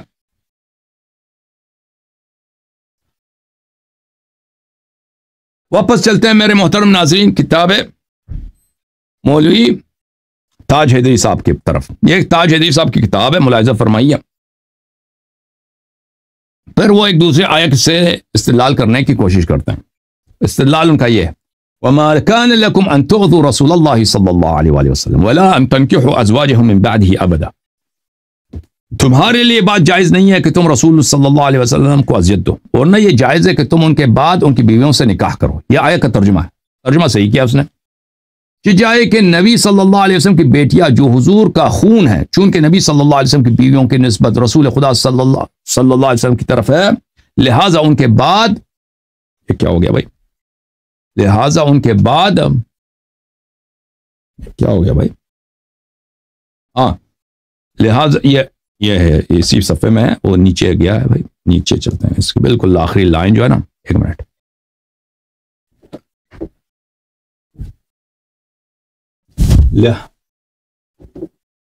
لہذا ان کے بعد ان کی بیویوں کے سے نکاح حرام ہے. کہ جائے کہ نبی کی بیٹیاں جو حضور کا خون ہے، چونکہ نبی صلی اللہ علیہ وسلم کی بیویوں کی نسبت رسول خدا صلی اللہ علیہ وسلم کی طرف ہے، لہٰذا ان کے بعد ان کی بیویوں سے نکاح حرام ہے. اور بھائی نبی صلی اللہ علیہ وسلم کی بیویوں سے نکاح حرام ہے، ٹھیک ہے، یہ نکاح حرام ہے. یہ کس لیے حرام ہے اس کی زیادہ تفصیل نہیں ہے قرآن میں یا سنت میں، ٹھیک ہے نا. آپ صرف یہ کہتے ہیں جو بھی نبی صلی اللہ علیہ وسلم، کیونکہ ان کی نسبت ہے، ٹھیک ہے نا، اس نسبت کی وجہ سے وہ ان کے سے نکاح حرام ہے، ٹھیک ہے نا. جس اسی طرح اگر کسی اور کی بھی نسبت ہو تو اس سے بھی نکاح حرام ہے، ٹھیک ہے نا. تو پھر سیدانیوں سب جتنے جس کا بھی نسبت ہے پیغمبر سے اس کی شادی حرام ہو جائے گی نا ٹھیک ہے نا، وہ تو سب کے لیے حرام ہو جائے گی. وہ دیکھیں نبی صلی اللہ علیہ وسلم کی جو بیویاں ہیں ان سے نکاح کرنا وہ سب کے لیے حرام ہے، سادات کے لیے بھی حرام ہے، اور بنی ہاشم کے لیے بھی حرام ہے، علویین کے لیے بھی حرام ہے، امیر المومنین علیہ السلام کے لیے بھی حرام ہے. وہ نستجیر باللہ وہ کسی نبی صلی اللہ علیہ وسلم کی بیوی سے شادی کریں، ٹھیک ہے نا، یہ سب کے لیے حرام ہے. تو اگر اسی کو آپ ملا کے بنائیں، یہ تو دیکھیں آپ، یہ پہلی بات ہے حرمت القیاس، یہ تو بہت ہی بڑا قیاس ہے نا جو یہ شخص کر رہا ہے، جو کفر ہے بذات خود. اب اگر آپ کہتے ہیں کہ اس نسبت کی وجہ سے حرام ہے، لذا ہم یہ رشتہ داری جہاں بھی آپ پائے ہم اس کو حرام کہیں گے، ٹھیک ہے بھائی کر دو. امیر المومنین علیہ السلام نے جو نکاح کیا فاطمہ الزہرا سلام اللہ علیہا کے ساتھ وہ حرام ہے، نستجیر باللہ، اس کا قائل ہی کفر ہے. پھر کسی سیدانی کا نکاح ہی نہیں ہو سکتا، کیونکہ نبی صلی اللہ علیہ وسلم کی بیویوں کے ساتھ وہ سب کے لیے نکاح حرام ہے، چاہے وہ سید ہو یا غیر سید ہو، بنی عباس کا ہو یا بنی ابی طالب کا ہو یا کسی اور قوم کا ہو، سب کے لیے حرام ہے کہ آپ نبی صلی اللہ علیہ وسلم کی بیوی کے ساتھ نکاح نہیں کر سکتے. اور یہ بھی کہنا کہ ان کے ساتھ نکاح اس لیے نہیں کر سکتے کہ ان کا نسبت ہے، یہ بھی کوئی منصوص نہیں ہے، یہ اپنے جیب سے بنا رہے ہیں، ٹھیک ہے نا. اچھا، یہ ایک واضح قیاس ہے میرے محترم ناظرین جس شخص نے کیا ہے کہ ایک چیز منصوص ہے، اور وہ منصوص کیا ہے؟ منصوص یہ ہے کہ آپ نبی صلی اللہ علیہ وسلم کی بیویوں کے ساتھ نکاح نہیں کر سکتے، تو اس کا جو دائرہ وسیع کر دو، ٹھیک ہے نا. تو اس لیے اس کی بیٹیوں کے ساتھ بھی نکاح نہیں کر سکتے. تو پھر امیر المومنین علیہ السلام کی بہن کی شادی کیوں ہوگی؟ ٹھیک ہے نا، امیر المومنین علیہ الصلوۃ والسلام کی بہن کی کیوں شادی ہو؟ رسول اللہ صلی اللہ علیہ وسلم کی بیٹیوں کی کیوں شادی ہوگی؟ تو یہ تو ان ذاکرین کی جو بے وقوفی ہے نا، یہ کم تو نہیں ہے. ملاحظہ فرمائیے عزیزو، یہ کتاب کمال الدین و تمام النعمہ لشیخنا الصدوق رحمۃ اللہ علیہ، ملاحظہ فرمائیے اس کتاب میں یہ صفحہ نمبر 324 میں حضرت امام علی بن الحسین زین العابدین علیہ السلام فرماتے ہیں ان دین اللہ عز وجل لا يصاب بالعقول الناقصہ والآراء الباطلہ والمقایس الفاسدہ. اللہ کا جو حلال و حرام ہے یہ عقل سے نہیں بنتا کہ آپ اپنے عقل سے بنا دیں کہ اگر بیوی حرام ہے تو بیٹی بھی حرام ہوگی. کوئی ضروری نہیں ہے، کوئی ضروری نہیں. ہو سکتا ہے بیوی حرام ہو بیٹی حرام نہ ہو، ٹھیک ہے نا. والآراء الباطلہ، عقل ناقص کے ساتھ اب حلال حرام نہیں بنا سکتے. رائے باطل، رائے بولتے ہیں عزیزوں، یہ ایک رائے جو ایک اصطلاح ہے. اب اس کو دیکھیں رائے کس کو بولتے ہیں، یہ ایک بہت بڑی باب ہے، یہ اکثر لوگوں کو نہیں، میں علماء کو نہیں پتہ ہوتا کہ رائے کس کو بولتے ہیں. احادیث میں جو رائے آتا ہے اس کی ایک بہت بڑی تاریخ ہے. جیسے ہمارے زمانے میں مرجعیت ایک اصطلاح ہے نا، مرجعیت جب ہم کہتے ہیں کہ مرجع نے یہ کہا، تو مرجع سے مخصوص ہر چیز نہیں ہوتی. مرجع ایک خاص انسٹیٹیوشن ہے، ٹھیک ہے نا. مرجع سے ہم مراد لیتے ہیں کہ مرجع فلان چیز ہے، یا امام بارگاہ کہتے ہیں، امام بارگاہ سے مراد ایک خاص چیز ہے، ایک اصطلاح ہے، ٹھیک ہے نا. اس کے لفظی معنی نہیں ہوتے. رائے یہاں پہ یہ ایک اصطلاح ہے احادیث میں. اس اجتہاد کو زمانے میں رائے بولتے تھے. ائمہ طاہرین علیہ السلام کے نظر میں اجتہاد کیونکہ باطل ہے، وہ اجتہاد کو باطل کہہ رہے ہیں. اب اس کی تفصیل ہے، یہ ابھی اس کی دلیل دینے کا وقت نہیں ہے. اگر جو لوگ طالب علم مولوی ہیں وہ میری تقاریر کو دیکھنا چاہتے ہیں دیکھ سکتے ہیں. ارشاد العباد الی بطلان الاجتہاد، میں نے کئی حلقات اسی پہ لگائے اسی بات پر کہ ائمہ اطہار علیہ السلام کے زمانے میں اجتہاد کا نام ایک اور چیز تھا. یہ علماء کو پتہ نہیں ہے، اس لیے وہ حدیث کو نہیں سمجھ سکتے. اجتہاد کی حرمت کو ان کے لیے سمجھنا مشکل ہوتا ہے. والمقایس الفاسدہ، اور قیاس جو فاسد ہے اس کے ساتھ آپ دین حلال حرام کو ثابت نہیں کر سکتے. ولا يصاب الا بالتسلیم، دین آپ کو نہیں مل سکتا سوائے تسلیم کے ساتھ. یعنی آپ سبمٹ ہو جائیں، آپ سر خم کریں، سن لیں سر خم کریں. تسلیم کس کو بولتے ہیں؟ سن لے سمجھ لے سر خم کریں، اس کو بولتے ہیں تسلیم. دین صرف اور صرف تسلیم کا نام ہے میرے عزیز. قیاس سے نہ بناؤ. اگر حدیث ہے آیا ہے کہ کہہ رہا ہے سیدانی کا نکاح حرام ہے تو لے کے دکھاؤ. اگر نہیں ہے تو اس طرح نہ بناؤ. تاج الدین حیدری کہ نبی کی بیوی کے ساتھ نہیں شادی کر سکتے تو اس کی بیٹی کے ساتھ کیسے کر سکتے؟ بالکل کر سکتے ہیں. بیوی کے ساتھ نہیں کر سکتے، بیوی حرام ہے، اس کی بیوی کے ساتھ نہیں کر سکتے۔ اگر اس کی بیٹی کوئی سیدانی ہے دنیا میں، وہ حاضر ہے، شادی کرے، کوئی مومن شادی کرنا چاہتا ہے، کر سکتا ہے، بالکل کر سکتا ہے، دونوں میں کوئی تعلق ہی نہیں۔ فمن سلم لنا سلم، جو ہمارے بات مانتا ہے، تسلیم ہوتا ہے، وہ سالم رہتا ہے، وہ اس کی سلامتی ہے۔ ومن اقتدى بنا ہدا، اور جو ہماری اقتداء کرتا ہے اس کی ہدایت ہوتی ہے۔ ومن كان يعمل بالرأي بالقياس والرأي ہلک، جو قیاس پر اور اجتہاد پہ عمل کرتا ہے اس کی ہلاکت ہوتی ہے۔ ومن وجد في نفسه شيئا مما نقوله او نقضي به حرجا، جو شخص اپنے دل میں، اس کے دل میں ہماری گفتار سے، ہمارے احکام سے، ہمارے حلال و حرام سے، اس کے دل میں کچھ ناراضگی ہے، ٹھیک ہے نا، وہ کہتا ہے یہ مجھے نہیں پسند، اپنے دل میں، زبان سے بھی کچھ نہیں بولتا، وہ اس کا کیا حکم ہے؟ کفر بالذی انزل سبع المثانی والقرآن العظیم وهو لا يعلم، یہ شخص کافر ہے، وہ اللہ سے بھی کافر ہے، وہ اللہ جس نے قرآن نازل کیا، سورہ فاتحہ نازل کیا، اس اللہ سے وہ کیا ہے؟ اس اللہ سے وہ کافر ہے، لیکن اس کو خود پتہ بھی نہیں ہے، کیونکہ اس کے دل میں یہ ہے کہ محمد و آل محمد علیہ السلام کے حلال حرام سے اس کو کیا چڑ ہے۔ سمجھ میں آئی نا بات آپ کو؟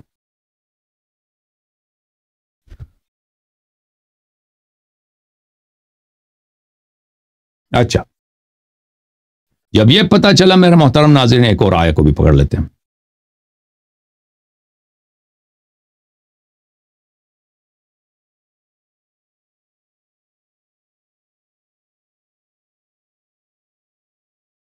اس کے بعد والا جو آیا ہے، تاج حیدری صاحب نے جس سے استدلال کی، وہ یہ ہے، النبی صلی اللہ علیہ وآلہ اولا بالمؤمنین من انفسهم وازواجہ امہاتہم اولو الارحام بعضهم اولا ببعض فی کتاب اللہ۔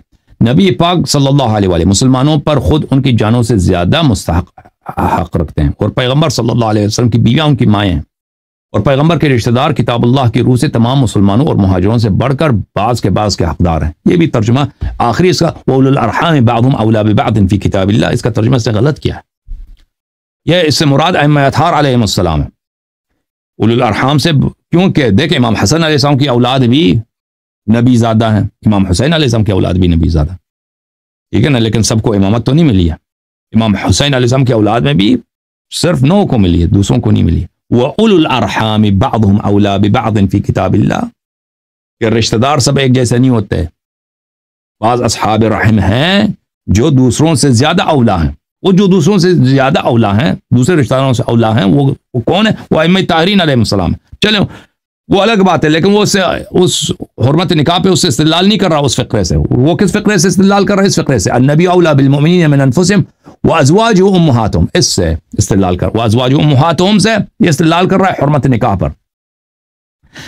اللہ تعالیٰ نے نبی کریم صلی اللہ علیہ وسلم کی بیویوں کو مومنین کے مائیں قرار دیا ہے، اس لحاظ سے نبی صلی اللہ علیہ وسلم کی بیٹیاں سیدزادیاں غیر امتی کے لیے ان کی بہنیں ہیں۔ سبحان اللہ تو بہن ہے نا، اگر بہن ہے تو پردہ کیوں واجب ہے؟ اگر بہن ہے تو پردہ کیوں واجب ہے؟ ٹھیک ہے نا، تو اس طرح تو سب محرم ہے بھائی۔ اگر کسی سے آپ شادی نہیں کر سکتے، وہ آپ کی بہن ہے، تو پردہ بھی تو حرام ہے نا۔ اور اگر بہن ہے تو نبی صلی اللہ علیہ وسلم کی بیٹیاں اگر امت کی بہن ہے تو سادات کی بھی بہن ہے نا، ان کی بھی بہن ہے، تو پھر وہ بھی شادی نہیں کر سکتے۔ اور اگر نبی صلی اللہ علیہ وسلم کی بیویاں پوری امت کی ماں ہیں، پوری امت کی ماں ہے نا، تو امت کی جتنی عورتیں ہیں وہ سب نبی صلی اللہ علیہ وسلم کی بیٹیاں ہیں، کیونکہ وہ انہی ماں، نبی جب نبی کی بیویاں ان کی مائیں ہیں، تو امتی جتنے عورتیں ہیں وہ سب نبی زادیاں ہیں، تو ان سے بھی شادی نہیں کر سکتے نا، کیونکہ ہم سب بہن بھائی ہو گئے۔ اور یہ ایک احمق کہہ رہا تھا، دیکھو کیا کہہ رہا ہے، کہتا ہے کہ اس میں مومنین لکھا ہے، یہ کیونکہ مومنین ہے، اس میں مومنات نہیں ہے، یہ مومنین صرف مردوں کے لیے، کہ عورتیں جو ہیں صرف مردوں کے ماں ہیں، عورتیں صرف مردوں کے ماں ہیں۔ تو اگر مردوں کے ماں ہیں تو اس لیے جو ہے امت کی جو بیٹیاں ہیں، یہ نبی صلی اللہ علیہ وسلم کی مائیں جو ان کی کیا ہے، کہ نبی صلی اللہ علیہ وسلم کی جو ازواج ہیں ان کی مائیں نہیں ہیں، لہذا ان سے شادی ہو سکتا ہے۔ لیکن یہ حماقت ہے. النبی اولا بالمؤمنین، یہ مؤمنین جو ہے اس میں مومنات بھی شامل ہو جاتا ہے. اس کو عربی زبان میں ایک بہت بڑا قاعدہ ان لوگوں کو پتہ نہیں، احمقوں کو، ذاکروں کو، ایک بہت بڑا قاعدہ اس کو تغلیب کہتا ہے. مثلا قرآن میں یا ایھا الذین آمنوا کتب علیکم الصیام، وہ لوگوں جو ایمان لائے، یہ تو نہیں یا ایھا الذین آمنوا واللائی آمنن، ٹھیک ہے نا، یہ سب صیغہ مذکر میں ہے، وہ صیغہ مذکر میں، لیکن اس صیغہ مذکر میں سب مؤنث بھی شامل ہے. یا ایسا صیغہ مذکر ہے کہ اس میں جینڈر نہیں ہے، اس کو تغلیب بولتے ہیں کہ وہ دونوں کے لیے. وَأَقِیمُوا الصَّلَاةَ وَآتُوا الزَّکَاةَ، نماز قائم کرو. اب صرف نماز مردوں پہ واجب ہے، صرف یہ زکوٰۃ عورتوں پہ واجب نہیں ہے، کیونکہ وَآتُوا الزَّکَاةَ یہ صیغہ مذکر ہے، مؤنث نہیں ہے. نہیں، یہ صیغہ جو ہے جمع، یہ بظاہر مذکر ہے، لیکن اس سے صرف مذکر مراد نہیں ہے. یہ اہل لغت سب جانتے ہیں کہ ایسے مقامات پر یہ سب کو دائرے میں لے لیتا ہے. یہ مومن کو، عورتوں کو بھی، مردوں کو بھی، مومنین کو بھی، مومنات کو. اور یہ جو نبی صلی اللہ علیہ وآلہ وسلم اولا بالمؤمنین ہیں، جانوں کے مالک ہے، صرف مردوں کے جانوں کے مالک نہیں، عورتوں کے جانوں کے بھی مالک ہے. یہ تو واضح ہے، اچھی بات ہے. تو لہذا یہ اس آیت سے استدلال کرنا یہ ایک حماقت ہے ذاکرین کی. اس آیت سے ان کی جہالت ہے، ان کی بیوقوفی ہے، ان کا عدم تدبر ہے قرآن مجید کے معانی میں. یہ آپ کو سمجھ آئی نا؟ النبی اولا بالمؤمنین من انفسہم وازواجہ امہاتہم، انہوں نے پوری امت کو بہن بھائی بنا دیا ہے.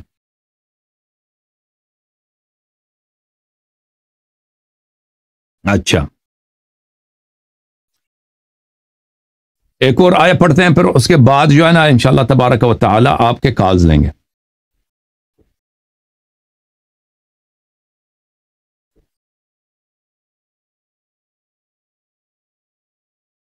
اس کے بعد والا جو آیا ہے جس سے استدلال کرتا ہے تاج حیدری، وہ یہ ہے، یا ایھا الذین آمنوا لا تدخلوا بیوت النبی صلی اللہ علیہ وآلہ الا ان یؤذن لکم الی طعام غیر ناظرین اناہ. اے لوگوں جو ایمان لا چکے ہو، تم نبی صلی اللہ علیہ وسلم کے گھروں میں داخل نہ ہو جاؤ سوائے اس کے کہ تمہیں کھانے کے لیے اجازت دی جائے، اور پیغمبر صلی اللہ علیہ وسلم کے گھروں کے برتن پر تمہاری نظر نہ پڑے. توبہ، نستجیر باللہ، نستجیر باللہ، کیسا غلط ترجمہ کیا. بے شک سادات کے گھر نبی صلی اللہ علیہ وسلم کے گھروں میں سے ہے. جب سید کے گھر کے برتنوں پر بغور نگاہ کرنے کی ممانعت ہے تو غیر سید کا سید زادی سے نکاح کیوں کر جائز ہوگا. یہ سادات کا گھر جو ہے نا، یہ نبی صلی اللہ علیہ وسلم کا گھر نہیں ہے. ہر فرد کا گھر اس کا اپنا گھر ہے بھائی، شرعی لحاظ سے ملکیت کے اعتبار سے دیکھا جائے نا. اگر آپ کہتے ہیں پیغمبر صلی اللہ علیہ وسلم اولا بالمؤمنین من انفسہم، اس لیے ان کی جان و مال پر ان کی ولایت ہے، تو یہ سید اور غیر سید میں فرق نہیں ہے. سید اور اس طرف پھر تو امتی کا گھر بھی نبی کا گھر ہے، اس میں تو کوئی فرق ہی نہیں ہے. لیکن جہاں پر شرعی ملکیت کا گھر ہے، مثلا یہ پیغمبر کا گھر ہے، اس کی ذاتی پراپرٹی ہے، ذاتی پراپرٹی ہے. اب اس کا بیٹا امام حسن، امام حسین علیہ السلام، اگر وہ اپنے پیسے سے کوئی گھر خریدتے ہیں، یہ اس کا اپنا گھر ہے، اس کا اپنا گھر ہے. کسی بھی باپ کا یہی ہوتا ہے بھائی، اگر باپ نے ایک گھر خریدا ہے نا، یہ اس کا اپنا گھر ہے. اس کے بیٹے نے بعد میں جا کر کوئی محنت کر کے کوئی گھر خریدا ہے، اس کا اپنا، وہ بیٹے کا گھر ہے، اس باپ کا گھر نہیں ہے ملکیت کے لحاظ سے اگر دیکھیں. ہاں، اگر ولایت کے اعتبار سے اگر دیکھتے ہو تو پھر وہ سید غیر سید میں فرق ہی نہیں ہے. تو یہ ان کا جملہ اس لحاظ سے باطل ہے. اب یہ ان کا یہ کہنا کہ دیکھو یہ قیاس کہ نبی صلی اللہ علیہ وسلم کے گھر کے برتنوں کی طرف آپ نہیں دیکھ سکتے ٹھیک ہے نا، تو آپ تو ان کے بیٹی کے ساتھ شادی کیسے کر سکتے ہیں؟ تو یہ نبی صلی اللہ علیہ وسلم کے گھر کے برتن کی طرف دیکھنا حرام نہیں ہے. اور یہ آیا وہ نہیں کہہ رہا، آیا یہ ہے عزیزو، یا ایھا الذین آمنوا لا تدخلوا بیوت النبی صلی اللہ علیہ وآلہ، اے ایمان والو نبی صلی اللہ علیہ وسلم کے گھروں میں داخل نہ ہو جاؤ. الا ان یؤذن لکم الی طعام، مگر یہ آپ کو دعوت دیا جائے کھانے کے لیے، غیر ناظرین اناہ، اور تم جب کھانے کے لیے جاؤ تو تم کھانے کا انتظار نہ کرو. یہ انا ہو، کھانے آنے کا انتظار نہ کرو. ولا مستأنسین لحدیث، یہ عطف ہے، ولا مستأنسین حدیث غیر ناظرین پہ عطف ہے. اور نہ تم ادھر بات کرنے میں ادھر دیر نہ لگاؤ، کدھر ابھی گپ شپ جا رہا ہے، پیغمبر کے ساتھ گپ شپ جا رہا ہے. ولیکن اذا دعیتم فادخلوا فاذا طعمتم فانتشروا، لیکن یہ ہے کہ جب آپ کو بلایا جائے تو داخل ہو جاؤ، اذا طعمتم جب تم نے کھانا کھا لیا ہے، فانتشروا چلے جاؤ، اپنے کام کی طرف چلے جاؤ، ٹھیک ہے نا؟ اچھا کھانا کھا سکتے ہیں لیکن برتن کی طرف نہیں دے سکتے، یہ کوئی ہو سکتا ہے بھائی؟ اچھا تو یہ یہاں پہ میں آپ کی خدمت میں یہ ایک بہت ہی اہم چیز ہے کہ نظر جو ہے، نظر غیر ناظرین اناہ، یہ نظر جو ہے عربی زبان میں انتظار کو بھی بولتے ہیں نظرہ، بلکہ نظرہ انتظرہ یہ ایک ہی مشتق، ایک ہی ان کا ریشت تو ایک ہی ہے نا، انتظرہ باب افتعال ہے نظرہ میں سے، تو یہ بعض دفعہ ایک ہی معنوں میں آتے ہیں۔ ملاحظہ فرمائیے کتاب الصحاح تاج اللغہ، جوہری صاحب کی جو صحاح اللغہ ہے، ملاحظہ فرمائیے یہاں پر صفحہ نمبر 830 میں ملاحظہ فرمائیے والنظر الانتظار، نظر جو ہے دیکھنے کو بھی بولتے ہیں، نظر سوچنے کو بھی بولتے ہیں، نظر انتظار کرنے کو بھی بولتے ہیں، نظر انتظار کرنے کو بھی بولتے ہیں۔ لسان العرب لابن منظور الافریقی، جلد نمبر 5، چاپ دار صادر بیروت، والنظر الانتظار، ملاحظہ کریں۔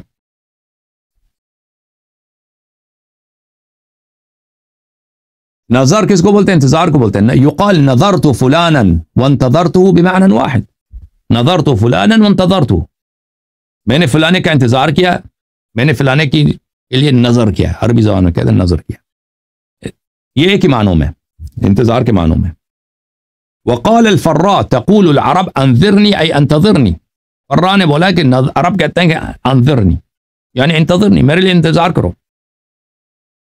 ويقول المتكلم لمن يعجله انذرني ابتلع ريقي اي امهلني، جب کوئی شخص آپ کو جلدی کراتا ہے کہ جلدی کرو جلدی کرو، آپ اس کو کہتے ہیں انذرنی، اس کا مطلب کیا ہوتا ہے انذرنی؟ یعنی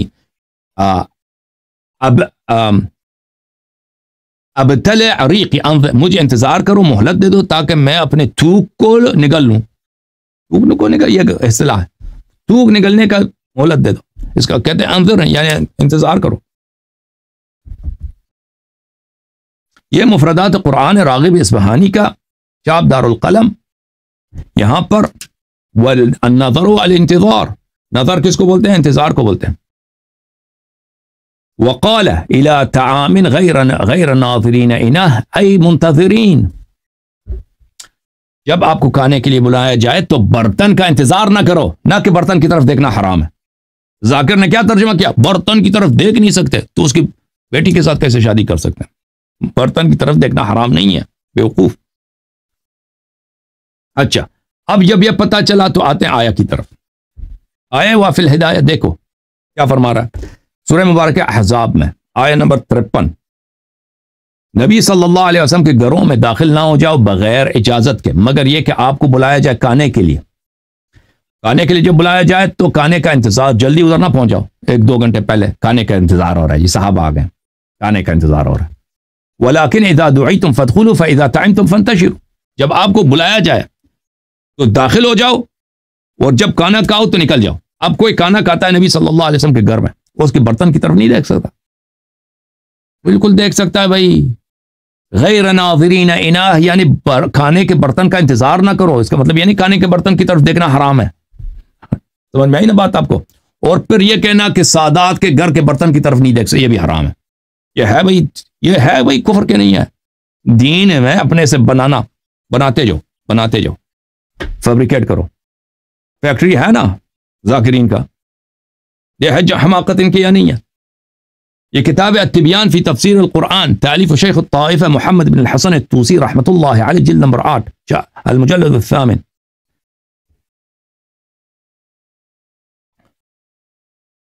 یا ایھا الذین آمنوا، صفحہ نمبر 356، صفحہ کیڑی ہے جی؟ 354۔ یا ایھا الذین آمنوا لا تدخلوا بیوت النبی صلی اللہ علیہ وآلہ الا ان یؤذن لکم، نبی صلی اللہ علیہ وسلم کے گھر میں داخل نہ ہو جاؤ مگر آپ کو اجازت دیا جائے۔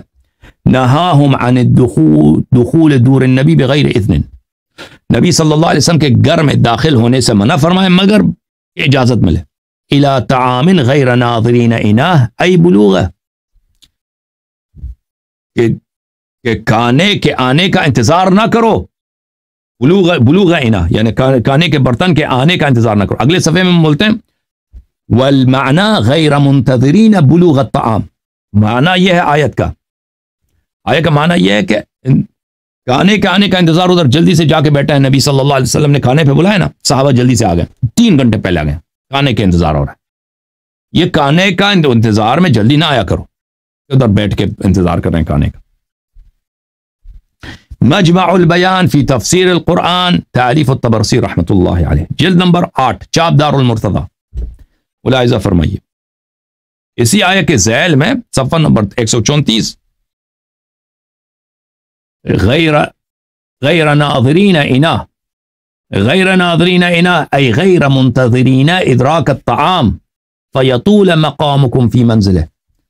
ان کے گھر میں جا کر کھانے کا انتظار نہ کرو تاکہ ادھر لمبے عرصے ادھر بیٹھے ہیں نبی صلی اللہ علیہ وسلم کے گھر میں کہ صاحب آئے ہیں کہ بھئی کھانے کا ہم کھانا مانگ رہے ہیں, کھانا ہمیں دیا جائے. ٹھیک ہے نا. یہ کتاب ہے بحار الانوار علامہ مجلسی کا رحمۃ اللہ علیہ. یہ جلد نمبر 22 ہے بھائی, یہ صفحہ نمبر 184 ہے.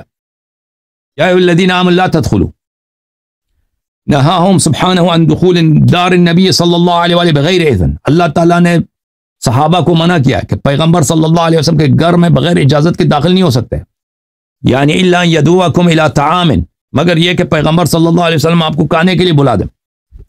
فادخلوا, پھر داخل ہو جاؤ. غیر ناظرین انا, برتن کی طرف نہ دیکھو, یہ حرام ہے. برتن پیغمبر کے برتن کی طرف دیکھنا حرام ہے. کھانا کھا سکتے ہیں لیکن برتن کی طرف, یہ کوئی بکواس, یہ صرف بکواسات جو ہے نا ذاکرین کا کام ہے. غیر ناظرین انا کا کیا ہے, غیر منتظرین ادراک الطعام فیطول مقامکم فی منزلہ.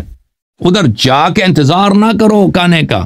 غیر ناظرین انا یہ نہیں ہے کہ پیغمبر صلی اللہ علیہ وسلم کے گھر کی برتن کی طرف نہیں دیکھ سکتے, نہیں, انتظار نہیں کر سکتے نا کہ جلدی ادھر پہنچ گئے کھانا کھانے کے لیے 3 گھنٹے پہلے. انہوں نے دوپہر کو بلایا, آپ صبح 6 بجے پہنچ جاؤ, کھانے کا انتظار ہو رہا ہے صبح سے سب. اب پیغمبر صلی اللہ علیہ وسلم کو بھی فارغ کر دیا, یہ غلط بات ہے. اوکے بھائی, ایک اور آیت پڑھتے ہیں بھائی تاکہ خوب مزہ آ جائے. صحابہ اکرام اور ذاکرین کا آخری آیا ہے بھائی, اس کے بعد میں آپ کو کال دوں گا. اور جو ذاکرین نے کہا تھا مناظرہ کے لیے آ رہے ہیں نا, وہ بھی کال آ جائیں, لائن پہ آ جائیں. میں بھی 5 منٹ کے بعد ان کا کال لے لوں گا. اس کا جو آخری آیت ہے تاج حیدری کا, وہ یہ ہے, سورہ مبارکہ ہود کی یہ آیت ہے, قالوا لقد علمت ما فی بناتک من حق ما لنا فی بناتک من حق. قوم لوط نے کہا, اے لوط نبی صلی اللہ سلام اللہ علیہ, آپ جانتے ہیں ہمارا آپ کی بیٹیوں سے نکاح کرنے کا کوئی شرعی حق نہیں ہے, کیونکہ آپ پھر دیکھیں قوس میں ڈال دیا اپنے سے پیرنتھیسز ہیں, آپ نبی ہیں اور کی بیٹیاں ہمارے لیے قابل احترام ہیں. جو خیر سید نبی کی بیٹی سے نکاح کا خواہش کرے وہ قوم لوط سے بھی بدتر ہے. قوم لوط نے یہی کہا ہے بھائی, قوم لوط نے یہی کہا ہے بھائی. دیکھو آتے ہیں, پورا آیت پڑھو نا ذلیلو ذاکرین, پھر کہہ دو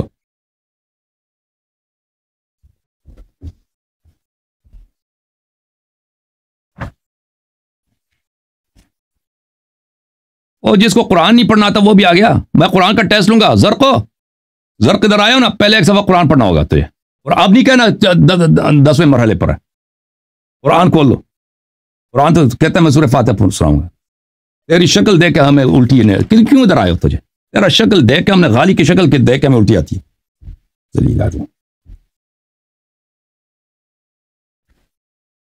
قرآن تیار کر, کھول رکھو زرق.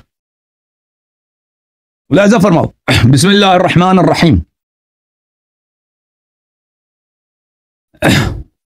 وجاء قومه یہ سورہ ہود ہے. اعوذ باللہ من الشیطان الرجیم. وجاء قومه يهرعون الیہ من قبل وكانوا يعملون السیئات. حضرت لوط دیکھ, حضرت لوط علیہ السلام کی کہانی یہ ہے. حضرت لوط علیہ السلام کے قوم بد عمل بجا لاتے تھے. وہ خرید و فروخت میں بھی ترازو میں اوپر نیچے کرتے تھے. خریدنے کے لیے ایک وزن تھا, بیچنے کے لیے ایک وزن تھا. اچھا, اور یہ مدائن میں بھی تھا نا. اچھا, مدائن میں تو یہ لوگ. اور دوسری یہ تھا کہ یہ لوگوں کے ساتھ, اپنے مردوں کے ساتھ غلط کام کرتے تھے اور ریپ بھی کرتے تھے. مردوں کو ریپ کرتے تھے, ان کی عورتیں آپس میں لگتی تھیں. تو ان کا یہ کام تھا. تو حضرت جبرائیل اور میکائیل اور بعض ملائکہ مقربین آئے ان پر عذاب نازل کرنے کے لیے. ان پر قوم لوط پر جب وہ قریب پہنچے ہیں تو حضرت لوط علیہ الصلوۃ والسلام نے دیکھا وَلَمَّا جَاءَتْ رُسُلُنَا لُوطًا سِیءَ بِهِمْ وَضَاقَ بِهِمْ ذَرْعًا وَقَالَ هَذَا يَوْمٌ عَصِیبٌ۔ لوط علیہ الصلوۃ والسلام نے کہا کہ یہ تو بڑا سخت دن ہے۔ کیوں؟ کیونکہ یہ خوبصورت نوجوان میرے گاؤں میں آئے ہیں، میرے شہر میں آئے ہیں، ان کو تو ریپ ہو جائیں گے یہ بیچارے، یہ تو بڑا سخت مرحلہ ہے میرے لیے، کیونکہ لوط علیہ السلام کو ابھی پتہ نہیں ہے کہ ملائکہ آ رہے ہیں۔ تو ان کو جلدی سے لے کے اپنے گھر لے کے آئے، اور قوم والوں کو پتہ چل گیا کہ ان کے گھر میں خوبصورت نوجوان آئے۔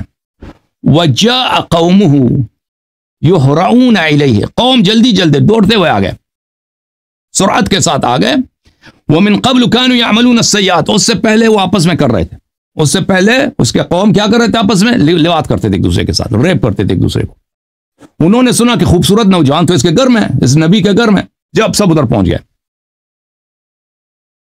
قال یا قوم هؤلاء بناتی ہن اطہر لکم، یہ کتاب تفسیر قومی میں موجود ہے کہ ان کے اپنے ازواج کو اپنی بیٹی کہا ہے۔ حضرت لوط علیہ السلام نے کہا کہ آپ کی جو بیویاں ہیں یہ میری بیٹیاں، بہت پیار کے لہجے میں، میری بیٹیاں آپ کے گھر میں ہیں، یعنی نبی جو ہے قوم کا بڑا ہے نا، امت کا باپ ہوتا ہے، تو میری جو بیٹیاں آپ کے گھر میں ہیں، نہیں کہ اس کی اپنی ذاتی بیٹیاں، بلکہ ان کی قوم کی جو اپنی وائفز ہیں، ہر ایک ان بدماشوں کے جو اپنے لڑکیاں ہیں، ان کی عورتیں ہیں، وہ آپ کے گھر ہن اطہر لکم، تمہاری اپنی بیویاں ہیں، تم جا کے ان سے کرو، ان سے تمہاری شہوت ہے، ان سے تم ہم بستر ہو جاؤ۔ فاتقوا اللہ ولا تخزونی فی ضیفی، اللہ سے ڈرو اور مجھے میرے مہمانوں کے سامنے تم مجھے بے عزت نہ کرو۔ الیس منکم رجل رشید، کیا تم میں کوئی ایسا شخص نہیں ہے جو باہمت آدمی ہو، جو باہدایت، ایک ابھی آدمی نہیں ہے، جوان آدمی، کوئی صاحب ہمت آدمی، کوئی جس میں مردانگی ہے، ایسا کوئی نہیں ہے۔ تم ایک مرد مہمانوں کے سامنے میرے گھر میں تمہارے قوم کا بزرگ ہوں، میں تمہارے قوم میں ایک نبی ہوں، میری دین کو نہیں مانتے لیکن کم از کم اتنی نامردی کہ اب میرے گھر میں دو ادھر گھس گئے ہو کہ ہم آپ کے مہمانوں کے ادھر ریپ کرنا چاہتے ہیں۔ تو یہاں پہ جو جملہ ہے وہ کیا ہے؟ نبی نے فرمایا کہ تم جا کے اپنی بیٹیوں سے کر دو۔ قالوا لقد علمنا ما لنا فی بناتک من حق، قوم لوط نے کہا تم اچھی طرح جانتے ہو کہ آپ کی بیٹیاں ہمارے لیے حرام ہیں۔ یہ کس بیٹیوں کی بات ہو رہی ہے؟ دیکھیں حضرت لوط علیہ السلام کی صرف 2 بیٹیاں ہیں، وہ اپنی بیٹیوں کا آفر نہیں کر رہے تھے کہ تم آ کے میری بیٹیوں کے، وہ قوم بھی بدکار ہے، کافر ہے، اپنی بیٹیوں کو آفر کر دے کہ تم میرے بیٹیوں کے ساتھ آ کے یہاں پہ کچھ کر دو، شادی کر دو۔ 2 ان میں سے شادی کرے گا ان کی بیٹی، بقیہ پھر تو ریپ کریں گے نا اس کے مہمانوں کو۔ اس کی اپنی بیٹیوں کی بات ہی نہیں ہو رہی ہے، وہ قوم کی، ان کی امت کی، قوم کی جو عورتیں ہیں ان کی بات ہو رہی ہے، جو ہر ایک شادی شدہ ان کے ازواج کی، ان کی وائفز کی، ان کی جو بدماش آئے نا ان کے گھر میں، مثلا 10-15 گنڈے آئے ان کے گھر میں گھسائیں کہ ہم آپ کے مہمانوں کو ریپ کریں گے، ان کی بیویوں کی بات ہو رہی ہے۔ وہ کہتے ہیں آپ کی جو بیٹیاں ہمارے گھر میں ہیں ان سے ہمارا کوئی دلچسپی نہیں ہے، وہ ہمارے لیے حرام ہے۔